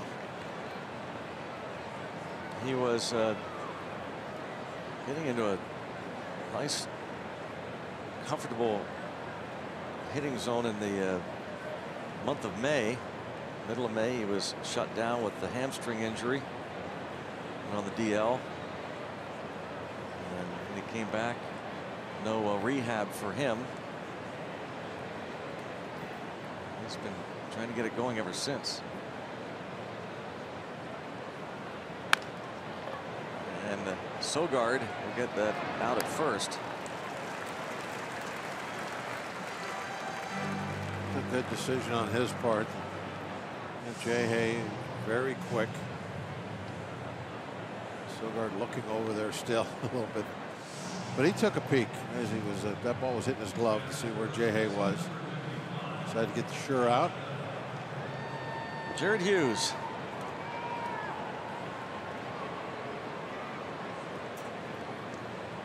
Getting ready in case they need a ground ball. Use Jared like the Pirates used to. to get out of a jam. Let's hope we can create a jam here.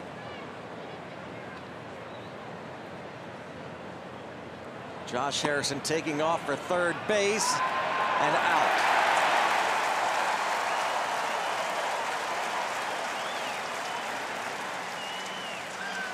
J.A. knows he's out. Usually he stands on third base. He doesn't even want to wait there. They told him to wait, but he's like, no, there's no reason to wait. I got tagged. It was a very solid, accurate throw and a nice, quick tag.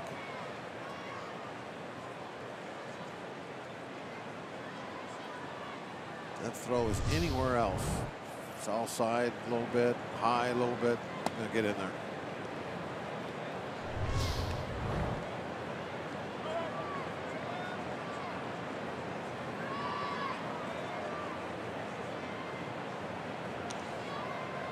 Now I think that J.A. thought he was going to be safe because he got so close and nothing was happening, so he didn't do any of his trick moves. That would have been a nice one to do that little swim move thing. Yeah, pull the left hand back and come in the backside with the right hand. Yeah, which is something that you almost have got to expect from him. So good at that, avoiding tags. But that happens when he knows he has to do something like that, when he thinks, okay, the ball has beat me and I'm going to be out. I got to do something tricky. But there, he went into his slide and the ball still hadn't got there yet. I thought he was going to make it. I thought he was going to make it. It was just shows you the importance of accuracy as much as anything else from a catcher. Josh Bell lifts the 3-1 pitch to left. Leadoff walk, but Jet Bandy guns out J.A. at third. Pirates trail 3-2.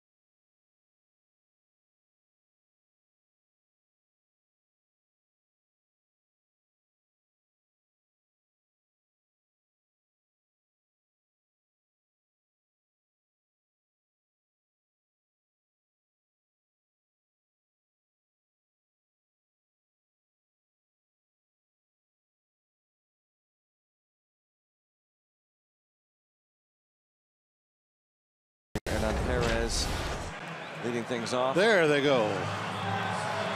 Who's going to win, Greg? Don't care. Is that Bob. Hot Dog? Is that Hot Dog? He's fan. out in front. No, Oh, what a. Don't care. Oh, no, that's Polish is out in front, not Hot Dog. They don't compare Big lead. the pierogies. Big lead. No comparison. Wow. Well, they're not very good. Pierogies are the best. Sorry. I agree, but I do like to watch the hot dogs run. Nope. No? Okay. Pierogies. Okay.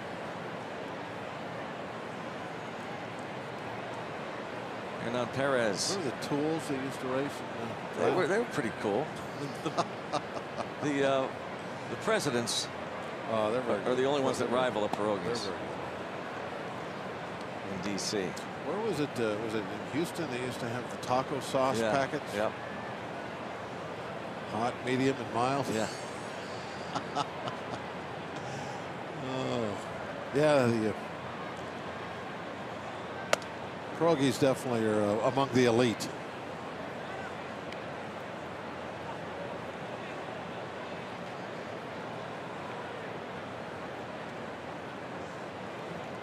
Ball, 1 strike on Perez.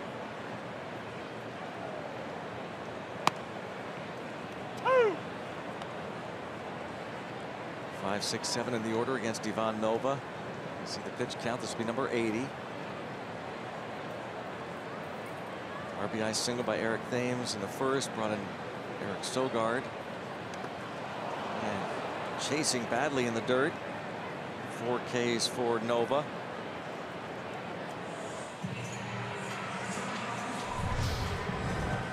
What's the ending here Tuesday night, Greg? They got a little carried away with pushing each other around. How about that? That looked good. That was an awful lot like a Froggy ending. No, nothing like a Pierogi ending. That was awful. They don't. They usually don't get dirty like that. Bad stuff. Ooh. Don't like him, Bob. I'm with you. I like the Froggies and the Presidents. Those are my 2 favorites. They go out there, when they go out there, the Pierogies and the Presidents, they go out there to race. That's what they're doing. Not showing off. Ball to strike on Bandy.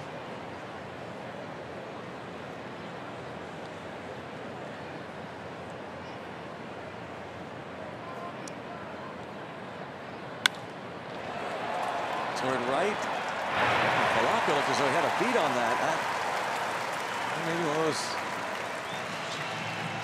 situations where you aren't able to pick it up. Lighting.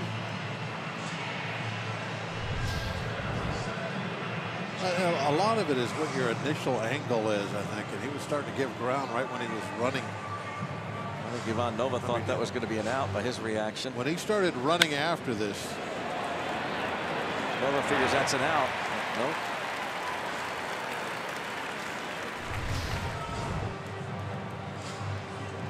that first couple of steps, if they're at the angle where you're coming in, then I think you might have a chance at that. But he was angling back right from his first couple of steps. It snaps an 0 for 24 hitless string for Jet Bandy, who will go up to second on the wild pitch.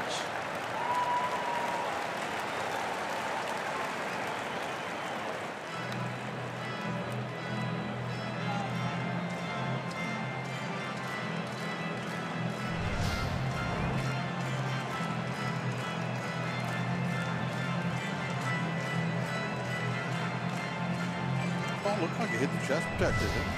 Looked like it. I'm not sure why it went hard left like that, or hard right if you're Nova.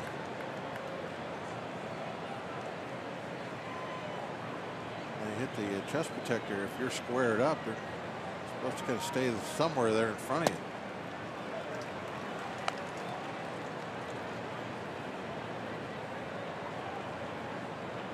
Or if you're Molina, it just sticks on you. Doesn't go anywhere. Yep.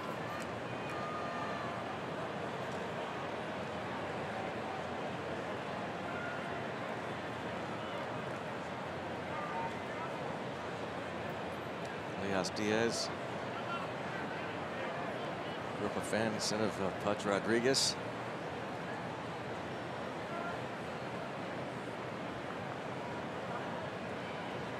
Two and 0.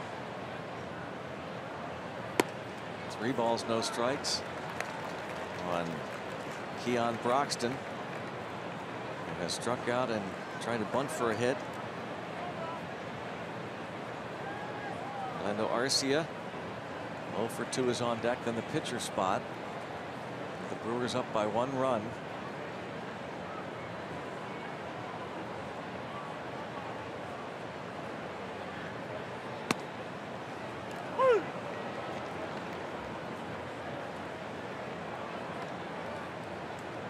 John Marinez, the former Brewer, up in the Pirates pen.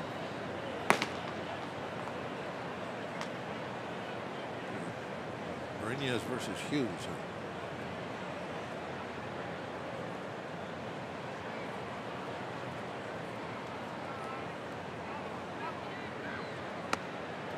And a walk.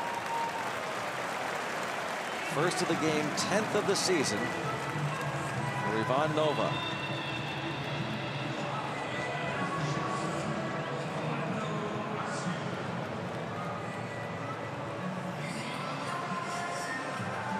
Comes Ray Searage.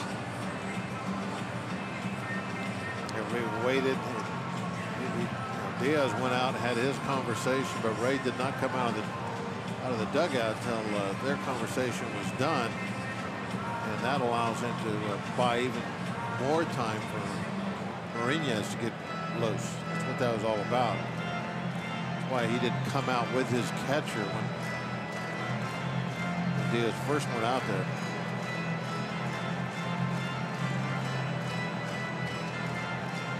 An awful lot of visits by the pitching coach are all about letting that bullpen get time to get loose.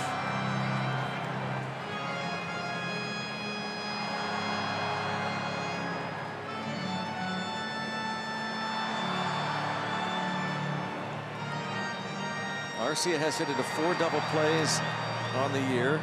He's bounced to second and fouled out in this game. He has 5 hits and 10 at bats in the series.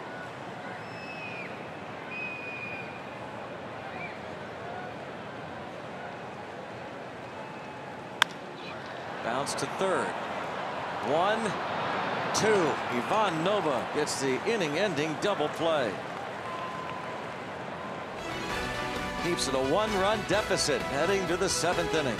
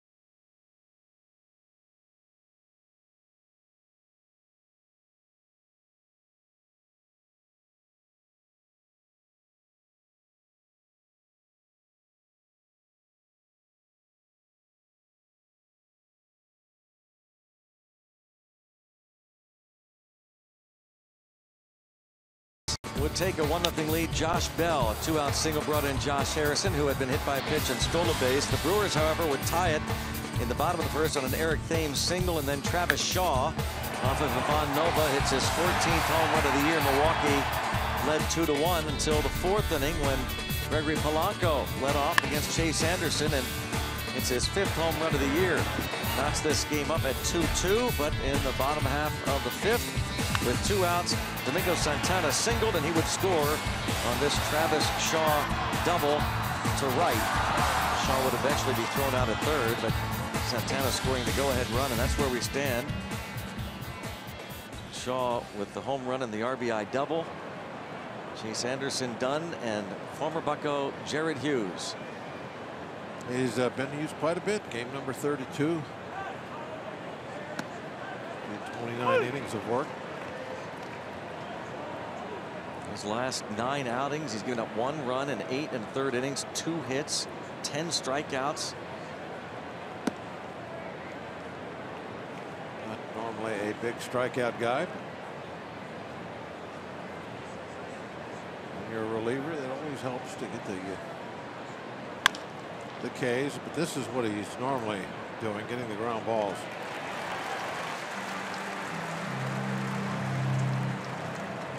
Now let's go downstairs to Robbie with more on Jared Hughes. Yeah, so last year I was having a chat with Chase Anderson, and he had never met Jared Hughes before the Brewers started. So he was interested in meeting him, and they had a chat on the field, just a very brief chat, because they both live about 20 miles from one another in Texas in the offseason. And now the two are currently teammates, and Chase told me yesterday that he has a new throwing partner and workout partner in the offseason, and it is none other than Jared Hughes, finding out that he is quite possibly, as we've said for many years, Greg and Bob, the nicest man in baseball when he's not between the lines. Yeah, that is so true. Just such an awesome individual. Do anything for you at any time. Hughes was in his 7th year with the Pirates, drafted by the Bucks, 4th rounder in 2006. Long Beach State, released by the club earlier this year, and the Brewers signed him.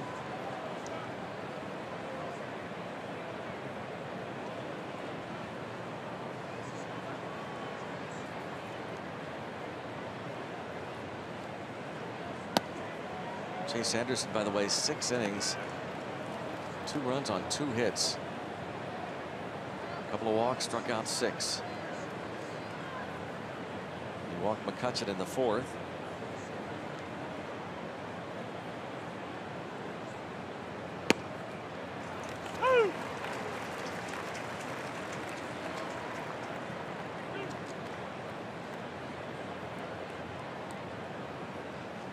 Max Moroff on deck. And a chance to get that home run that Bob predicted from him. Good timing. Oh, get McCutchen on and go deep. It would be huge. It would get him some MVP votes. Yep. And he will come to the plate with McCutchen on at first. Moroff will not have to face Chase Anderson. Struck out both the bats against him, so Jared's tough to get in the air sometimes. Sometimes. That sinker. Yeah.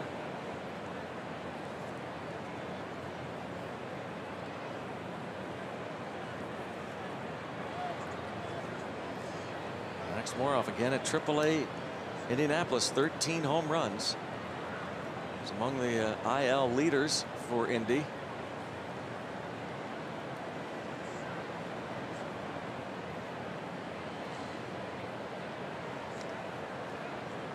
Bob, we're going to take you off the hook, by the way.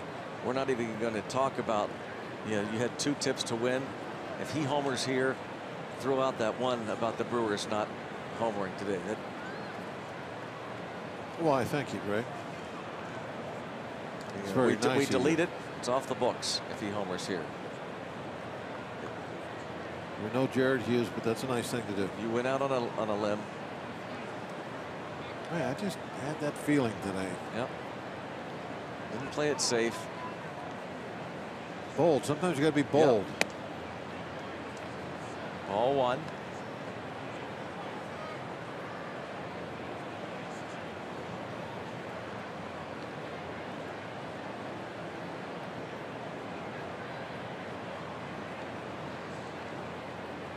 Max Moroff facing Jared Hughes with the Pirates down 1 out in this 7th inning. McCutchen and the Pirates know that one area that Jared Hughes struggles with is keeping runners at first.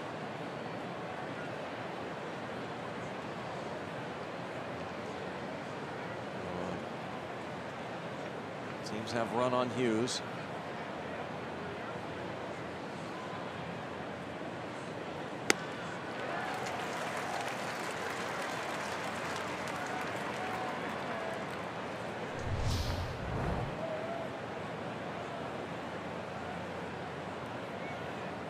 Tailing two-seam fastball, the sinker. But the only way to get that in the air is you have to hit that the other direction. Lift that ball up to left a little. Opponent 6 for 7 this season against Hughes in the running game. Now 2-1 count on Moroff.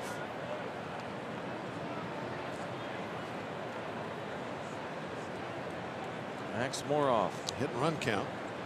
24-year-old from Winter Park, Florida.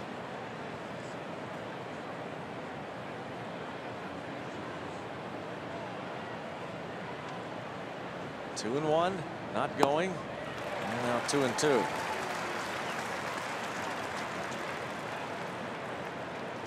Moroff struck out in the second, fanned in the fourth.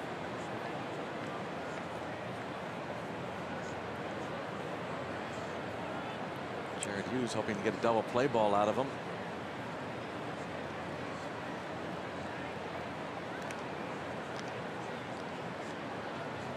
And McCutchen with 6 steals in 7 attempts.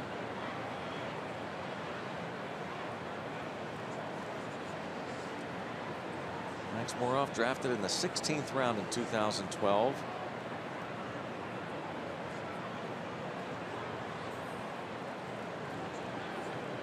Now McCutchen barely off the bag. Yeah, Kutch knew something there. He knew that pickoff was on somehow.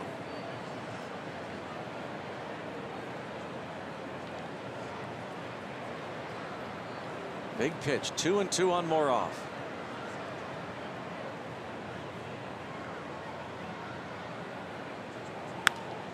Still 2-2. Moroff has done such an outstanding job in his pro career in terms of being a very high on-base percentage guy. It's his 6th year in the Pirates system. Drew 90 walks last season at Indianapolis, the most in the International League.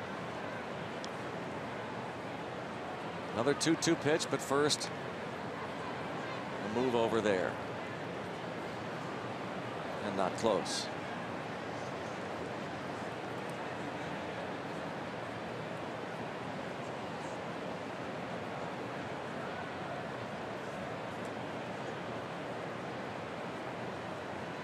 Off the switch hitter.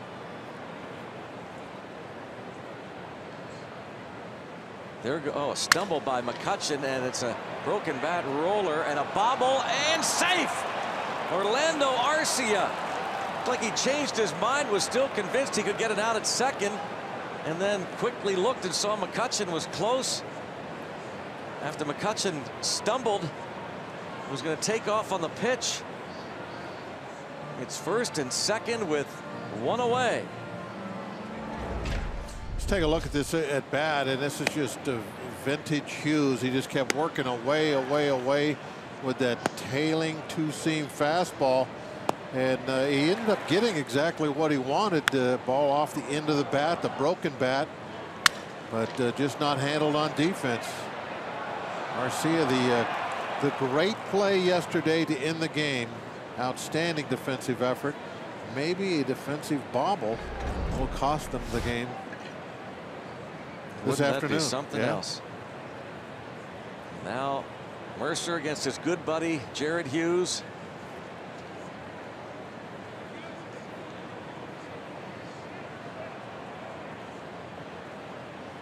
Jody Mercer has struck out in line to right. Has an 11-game hitting streak.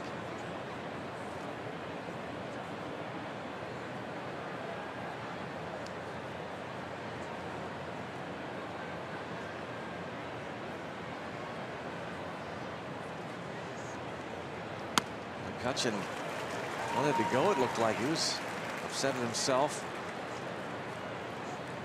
Well, he wants to not only get the third base, but 1 out. But if Moroff goes with him, which he definitely should, he's not getting held on. He'd be able to get a great jump. That takes the double play off the table.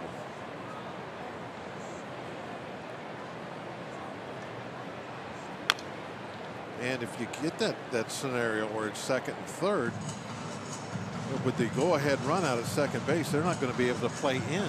They'll have to play back. And so then any kind of a ground ball is going to tie the game if you can get to third.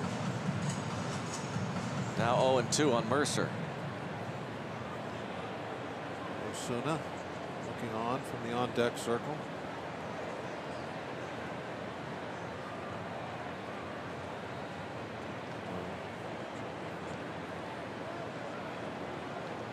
See if we can get him up there in a big opportunity. So say Osuna to pinch hit for Nova.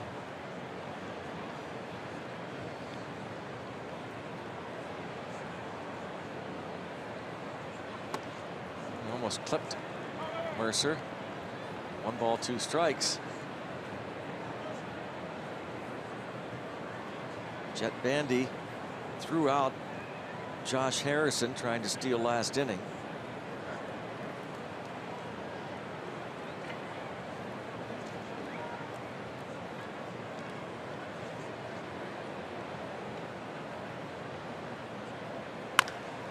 And a double play ball.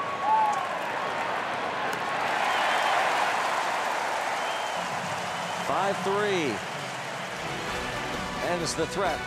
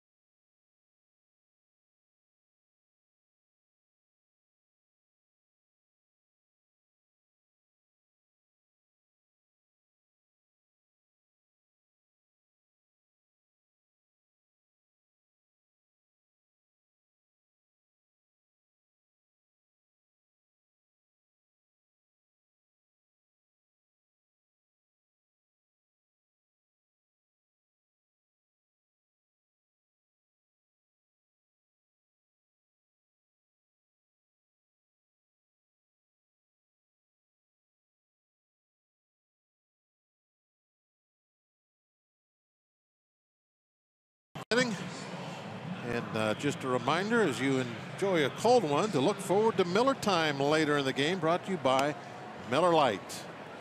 That man has had a few Miller Lights over the years.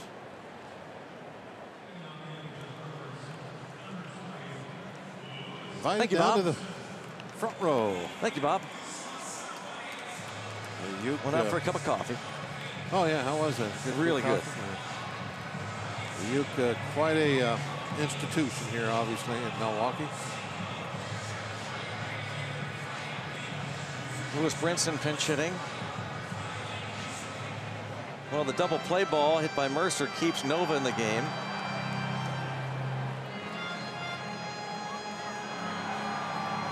Yeah, not too many pitchers can throw 30 in the first and only have 90 then in the seventh.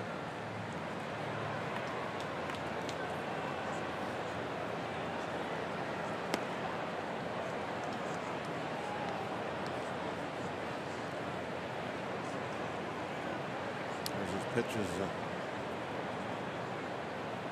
by inning.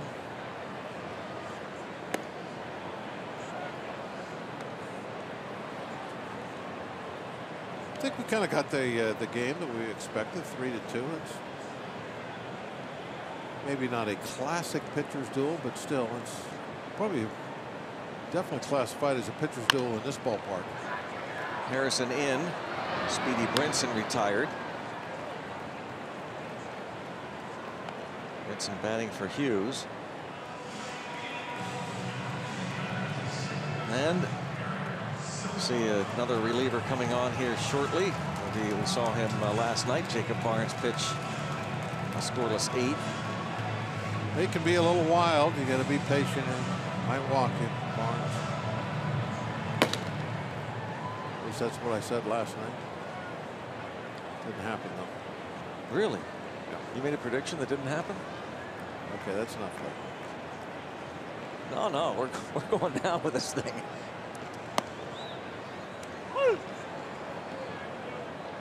Strike on Eric Sogard. Max Moroff, though, no home run. He almost played a role in that broken bat bouncer to Arcia was booted and allowed McCutchen to reach safely at second. Moroff at first. It looked as though McCutchen was thinking about taking off and stealing third, but shut it down a couple of times. Never. It was trying to to jump off the bag. Trying to time Hughes. Yeah. I think there was a few moments where he was ready to go, and then he had to stop because Hughes held the ball on him. And I think one time he wanted to run, but Hughes went a little quicker than he thought he was going to. But that's why you do want to run if you can against Hughes. He's not very good at stopping the run, and he is very good at getting ground balls. And if you just take it 90 feet at a time, so many times it's going to be a double play. We have seen that quite a bit over the years with Jared. Milwaukee has to hurry.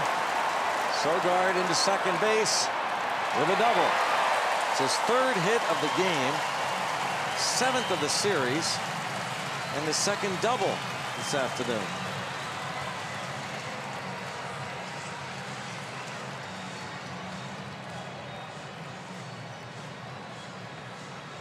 Mourinho's getting ready. Now, this ball is not hit very hard at all, just off the end of the bat. So when it sits out there, it almost rolls to a stop by the time Polanco can get to it. Sogard taking nothing for granted, coming hard out of the box, and so when it looked like it was going to be a little while before that ball got thrown back to the infield, he just kept on going and in scoring position now. Big insurance run out there for the Brewers that needs to be prevented.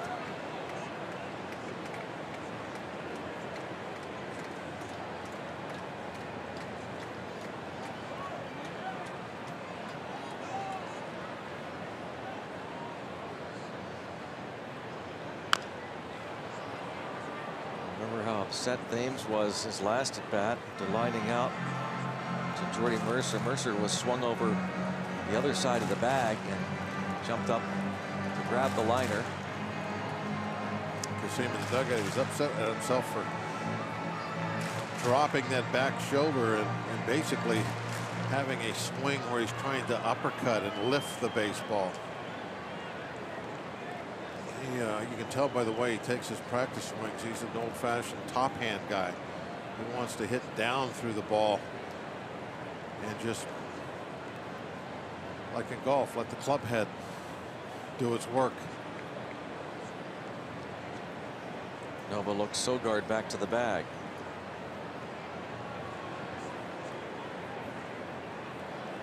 Pitch number 100 coming up.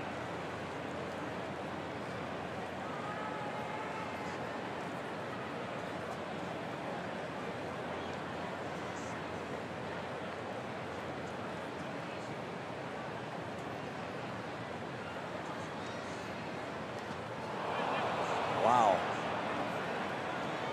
If he was upset before, how's he going to feel now? Well in front of the plate. Thames goes down on strikes for the 8th time of this series.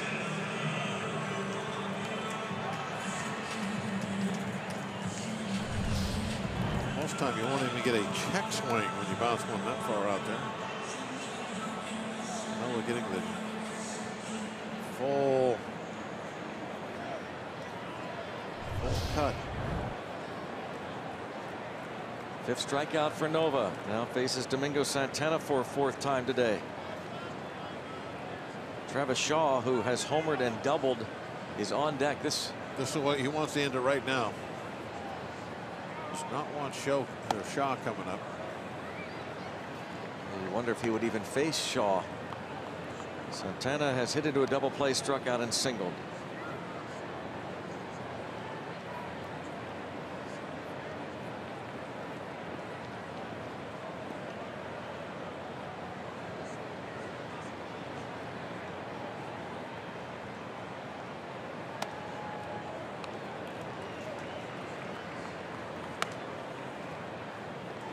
Down a run. Pirates have only Jan Marinez loosening in the bullpen. A bit surprising that a lefty isn't up. Shaw hits just .227 against left-handed pitching, and we saw Tony Watson be used situationally yesterday to get a couple of left-handed batters. Quite a few years, the Pirates really kind of were getting away from that left on left, right on right stuff, not matching up. Talk about situational left-handers really not being high priority. But this year, you've seen them go back to more of a traditional style of trying to get the matchups you like, the left on left, the right on right. Well, Rivero and Nicasio later innings, we'll wait for them, but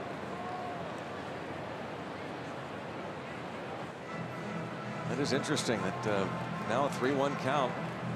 Watson and LeBlanc are not loosening.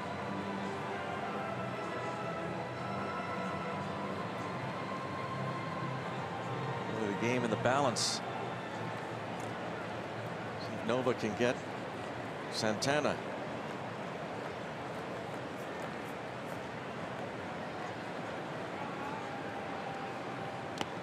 He walked him. Kind of shaking his head a little bit. I wonder if he, even though he hasn't thrown a ton of pitches, but I wonder if the gas tank's getting a little low. Seen him miss by that much on a very crucial pitch. And he's going to face Shaw.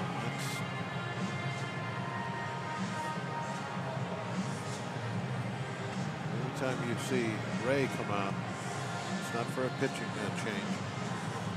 It's for a powwow.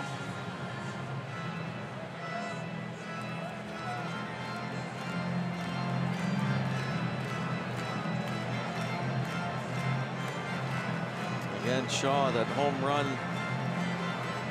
in the first inning came immediately after Santana hit into the double play. The Brewers were already leading 1-0. Shaw home run over the center field fence. His second home run of the series. He homered off Garrett Cole on Monday night. Now, just now, Juan Nicasio.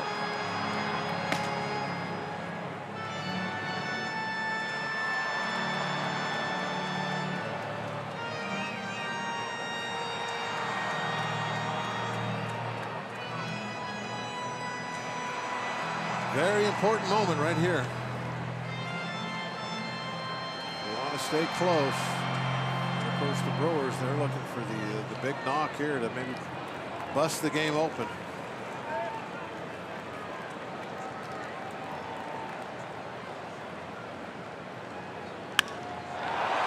To left, deep. Jason back, and it's gone. No, they're not calling it gone. They're calling it. Wow. They say it's in play. And he's out at the plate. They say it's in play, but everybody on the Brewers dugout, and including the man who hit it, Shaw, stunned at the call from Jerry Lane. A great job by the Pirates to continue to play through and then let things get sorted out later. I think McCutcheon's asking Jaso if it was gone. Well, it hit the top of the fence, but the question is, did it come straight back, or did it bounce over, hit something else, and then come back? That's not a home run, unless it hits the back wall. I thought it hit that Friday sign. I guess it didn't. No, it hit the top of the fence and then came back to Jaso, I believe. Where does it go after it hits there?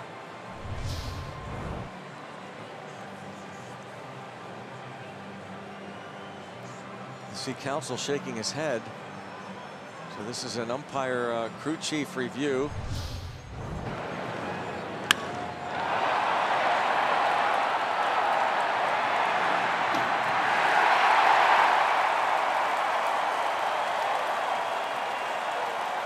Yeah, that's not a home run.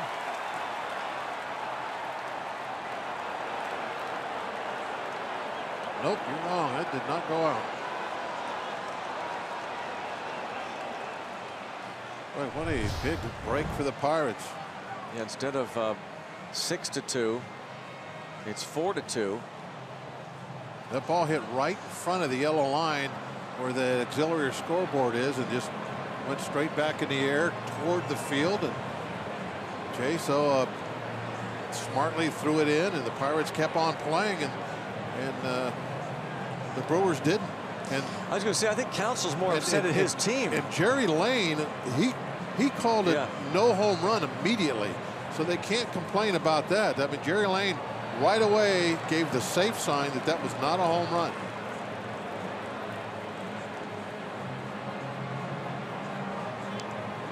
I mean, if the ball hit on top of that scoreboard, it came back to the field.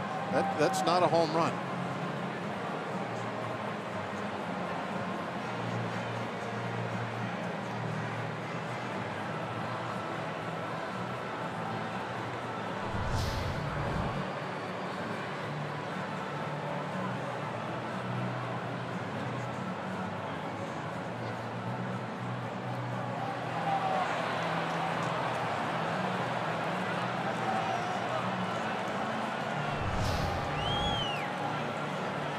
Still checking with the umpires in New York.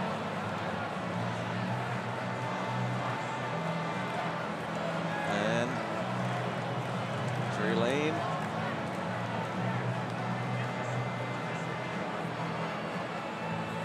Called it.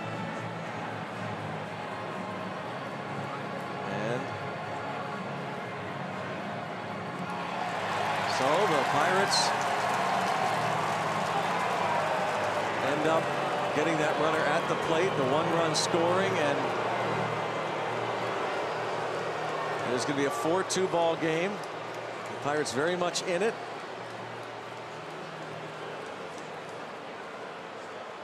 And John Jaso will be coming to the plate, batting second when we come back for the 8th inning. It's 4-2 Brewers.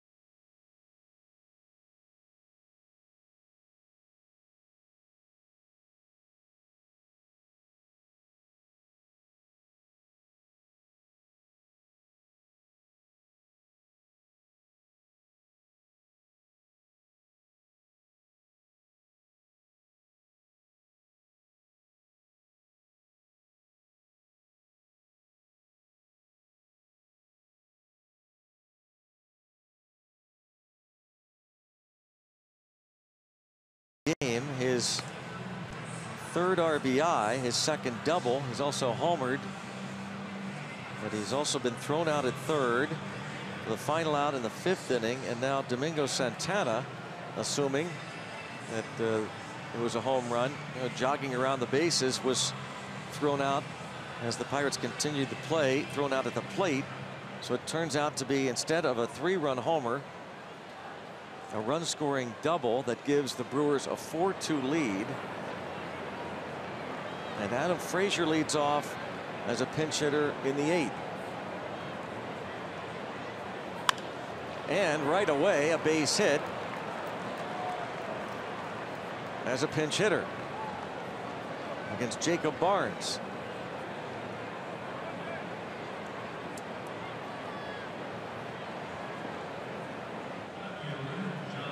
Well, it would certainly be nice. Right now, it's still just a 1-run lead, but I guess you thank goodness it's not a 6-2 ball game. Which another couple of inches on that length of that fly ball, it would be 6-2 right now. So that Frazier single, very significant, brings his tying run up. Jaso has struck out twice and flied out. Barnes pitched a scoreless 8th inning last night, had 3 strikeouts, did give up a hit to Jordy Mercer.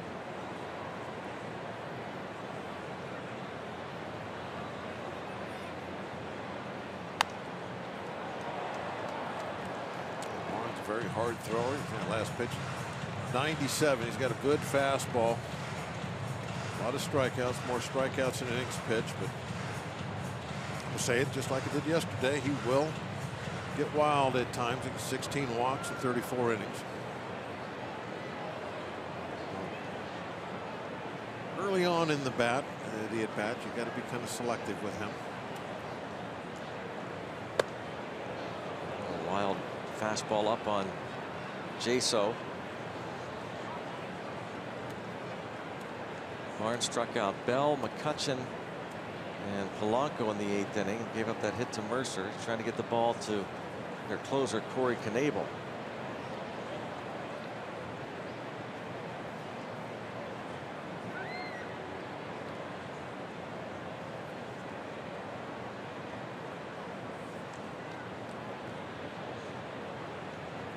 Chase Anderson went 6, gave up 2 runs on 2 hits. Jared Hughes scoreless 7th. And 1 out. Jaso strikes out for a 3rd time. That was just power there. It's elevated, maybe a belt high, but had a good chunk of the strike zone. He just threw that one by him.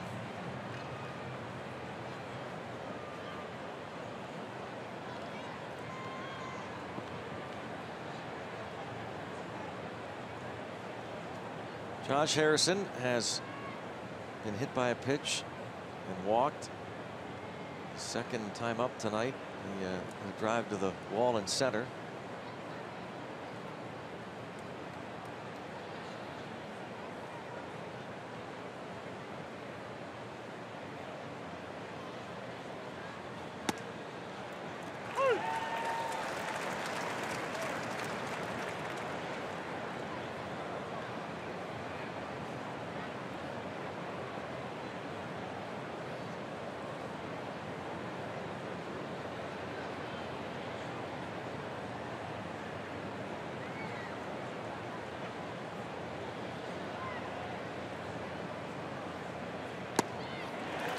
Two.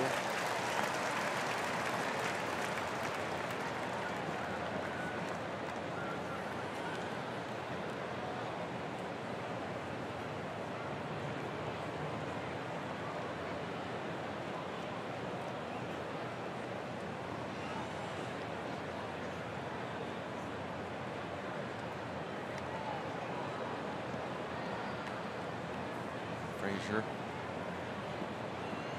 The pinch hit single, batted for Nova. Nova went 7, gave up 4 runs on 11 hits. And is on the hook. And they still got to be careful with Frazier over there. You don't have to play for 1 run yet. You know, 1 run at a time. You can. Excuse me. You don't have to play for 2 runs. You can still play for the 1 run at a time. Can't take it for granted that Frazier wouldn't take a risk and try to get to second base. A single would make it a 4-3 game here in the 8th inning. So they're going to keep a little eye on him. And he'll get to second on the wild pitch. Maybe third. That was a wild pitch. Way up on the screen.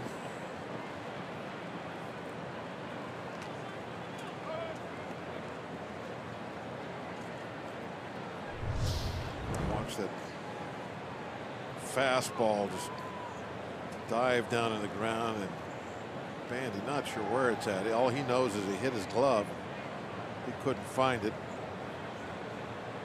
Frazier thought about it for a moment. Took a nice big turn around second. Jet Bandy and Barnes discuss. Phillies beat the Cardinals in Philadelphia 5-1. Greg Counsell's Brewers leading by 2. They're looking to go 5 up now on St. Louis and drop the Pirates to 6 back. And the Cubs, who play tonight, would fall 2 games behind if the Brewers can get the last 5 outs. Frazier thought about taking off again. It would have made it if he would have went right away.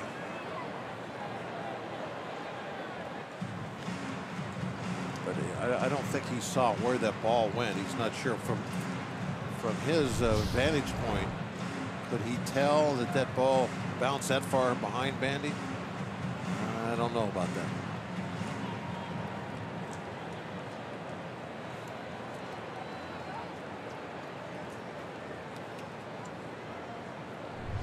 Now from that look, maybe he could have. Definitely saw it go back on the grass. Josh Harrison strikes out, 2 down. Barnes and Knebel, they got a pretty good 1-2 punch in the 8th and 9th as far as stuff, don't they? Both guys very hard throwers.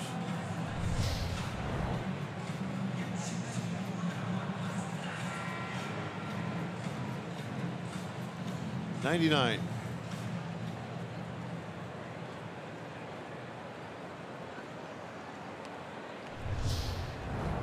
Jacob Barnes, 27-year-old from St. Petersburg, Florida.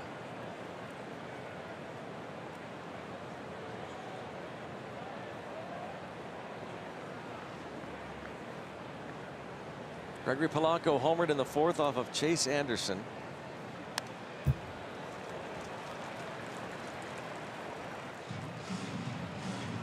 Faced Barnes last night in the 8th inning as a pinch hitter and struck out.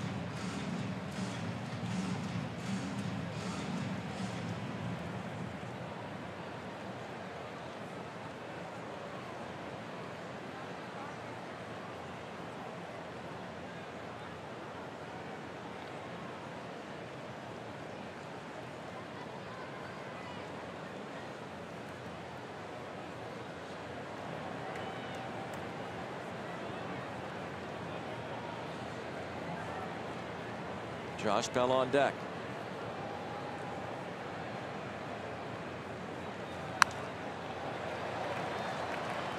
Now he's out in front.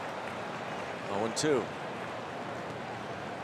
My guess is he's going to try and do the same thing here now that they were able to do with Jay-Hay. His best fastball upstairs.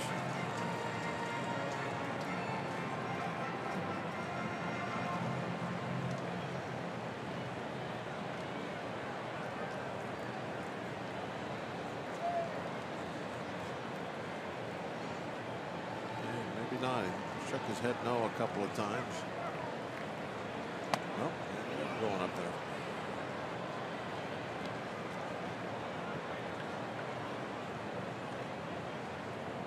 That fastball only 94. really have a good juice on that one. The one that Jay went after was 99.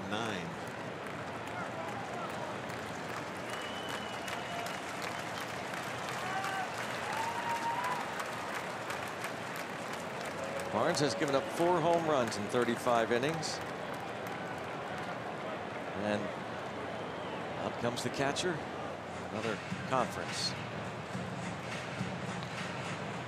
You know, if somebody sat and watched an entire ball game with a stopwatch, and every time a catcher called time, they started it, and they didn't stop it again until the catcher got back behind home plate. Might be 5-10 minutes right there. Well, I've talked about it for a long time. Just make that catcher's trip to the mound count as an official trip. Stop it in a hurry. And off the glove of Thames. Oh, what a stop by Sogard. And he's going to get and out at the plate. Holy smoke, what a play by Sogard. That was reminiscent of the way the game ended yesterday with a great defensive play. Throw was a little bit offline, but Bandy able to dive back. It was very, very close as to whether he got the glove in front of the plate or not. And the Pirates want him to take a look. There you see Bandy leave the plate and have to dive back. Well, don't know. That's going to be real close.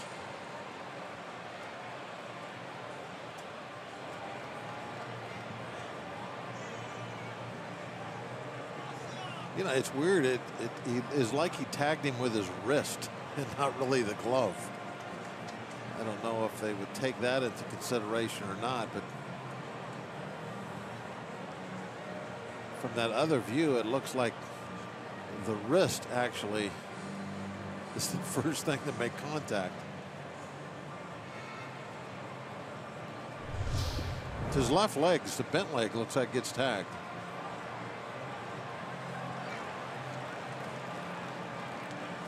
Eric Sogard, after the ball deflected off of Thames's glove.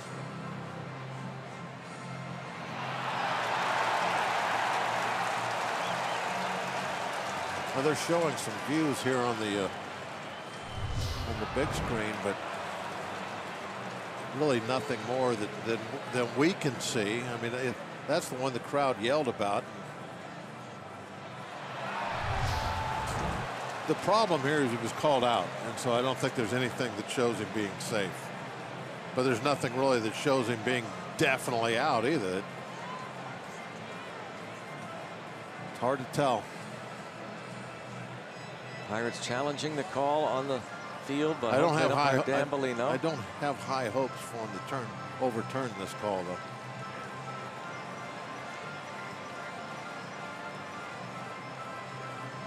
Heck of a play by Jet Bandy, too, by the way, the catcher. Sogard with a great play, but Bandy to go get the ball and dive. Bandy, a pretty tall guy with long arms. He's out.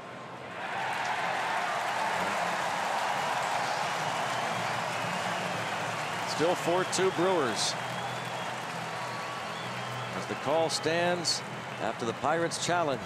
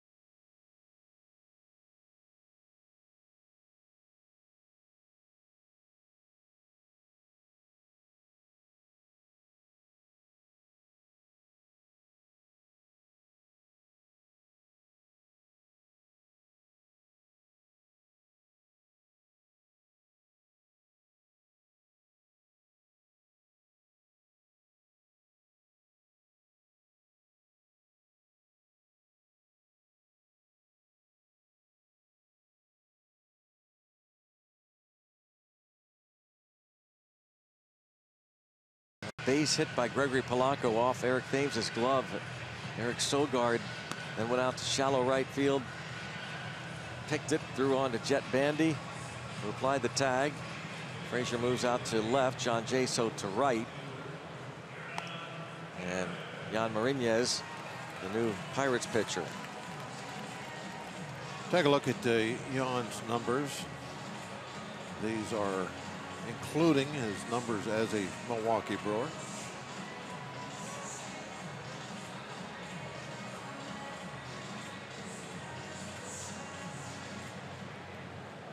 We had Jared pitching against the Pirates. Now we got Jan going against his old teammates.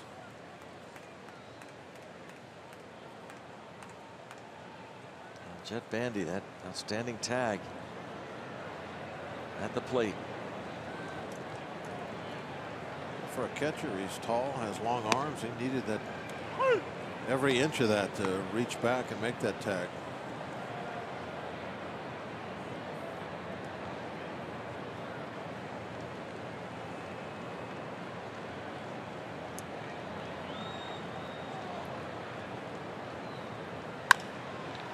Shortstop, Mercer. One down in the bottom of the 8th. Vote today, vote tomorrow, vote Pirates for your 2017 All-Stars with the Esurance MLB All-Star Game ballot. Vote at pirates.com/vote. Catch all the excitement of the 88th Major League Baseball All-Star Game in Miami, presented by MasterCard, July 11th, live on Fox. Andrew McCutchen has been to a handful of All-Star games, and he's playing like an All-Star once again. Definitely has an opportunity to go again. He keeps hitting like he is now for a couple more weeks. And excuse me, one hopper to Moroff, a nice play to get Jet Bandy.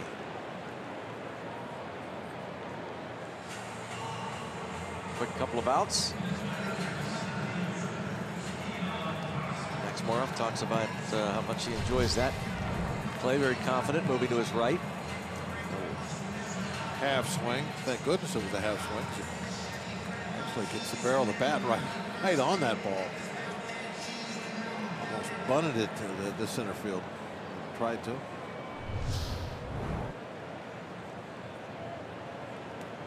Keon Broxton, 0 for 2 with a walk and a strikeout,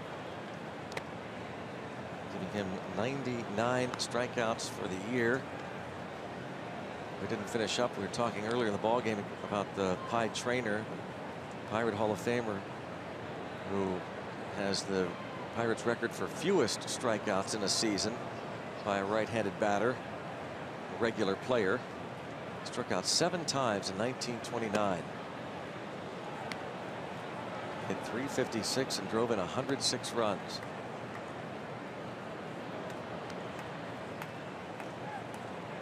Don Clendenin has the Pirates record for most strikeouts in a season, punched out 165 times in 1968.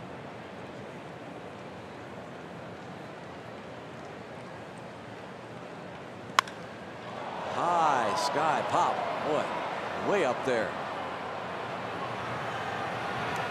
1, 2, 3 go the Brewers. Last shot for the Pirates. Corey Knebel looking for another save.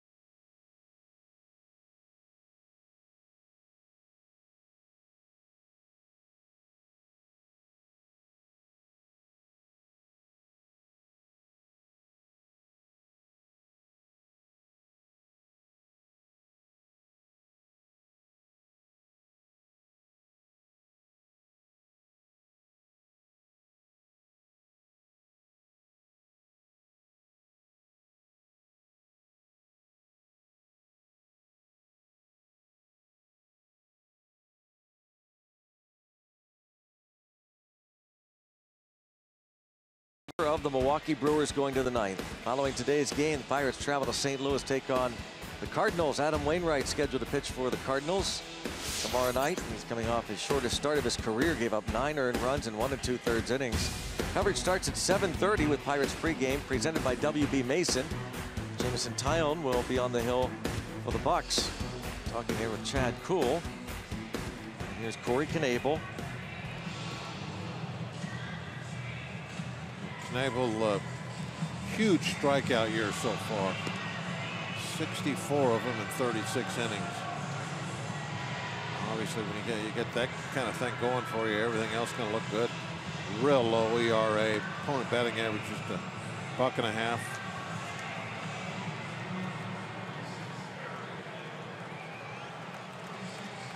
Eric Sogard, that play he made, along with the catcher Jet Bandy, to nail Frazier at the plate. Sogard has been a troublesome hitter offensively against the Pirates, with 3 more hits in this one. A couple of doubles, a couple of runs scored, and Travis Shaw 3 for 4 and 3 RBIs. So they've combined for 6 of the 11 hits.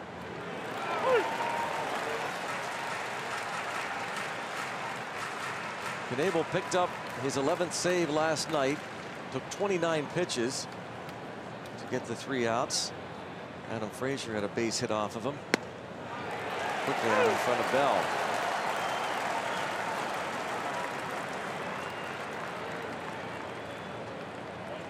Hard thrower with an excellent curveball.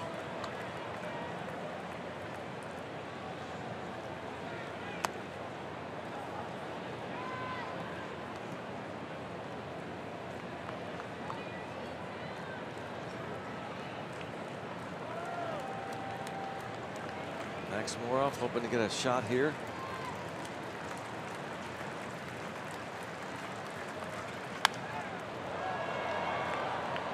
Now fouls off that 97-mile-per-hour fastball in on him.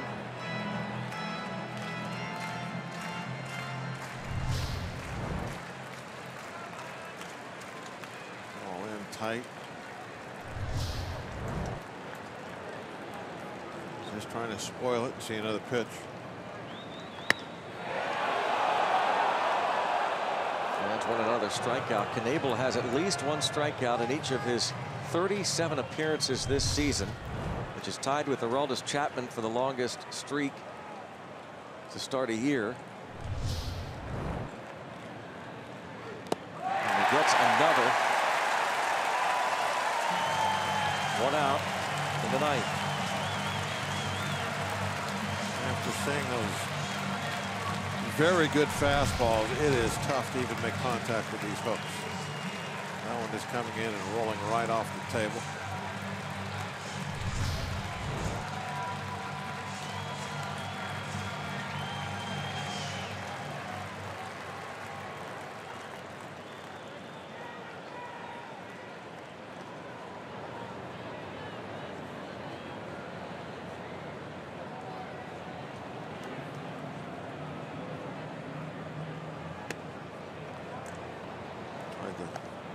Throw that same hook for a strike 1 pitch.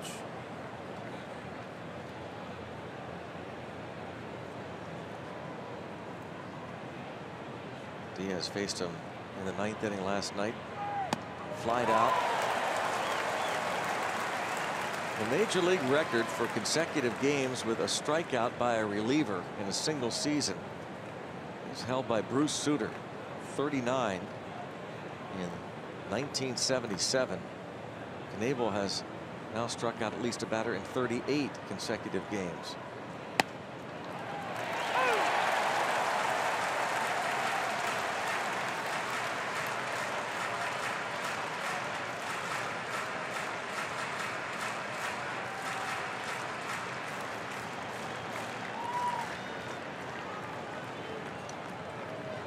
One ball, 2 strikes on Diaz. McCutchen on deck.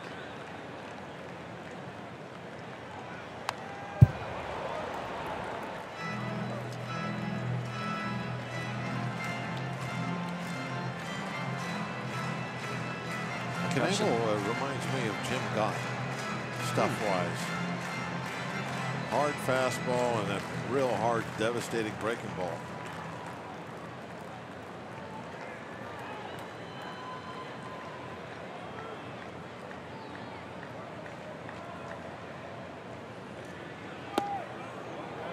He's off 2-2. Knebel became the closer. They traded Tyler Thornburg to the Red Sox, part of the Travis Shaw deal. From Denton, Texas.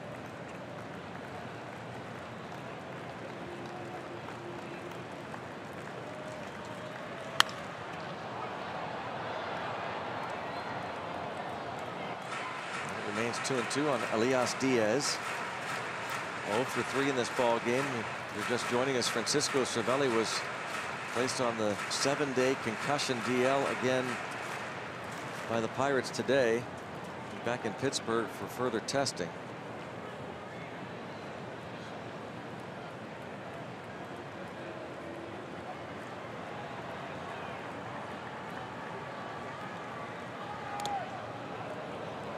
He is trying to work this at bat as he did last night against Knebel. Saw a lot of pitches. 29 pitches for Knebel last night. 6'4", 213 pounds. Picked up in a trade with the Rangers January of 2015 for Ivani Gallardo.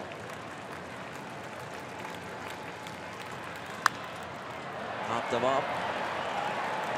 Derek Thames. 2 down.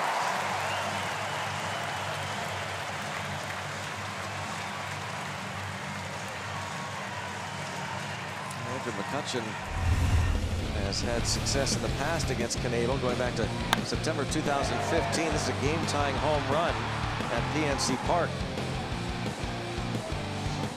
The 8th inning off Corey Knebel that night. Breaking ball, he hit it the other way.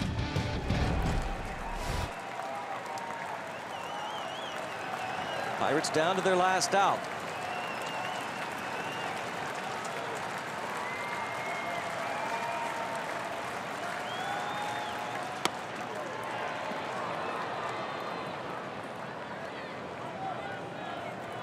Like Kutch telling himself, don't dip. Off that back shoulder.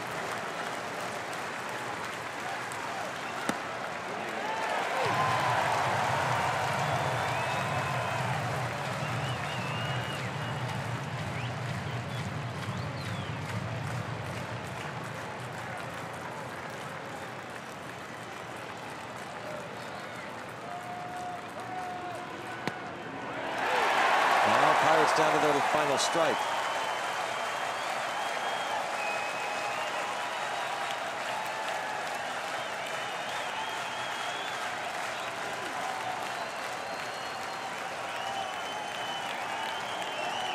Knebel tries to save it for Chase Anderson. It would go to 6-2.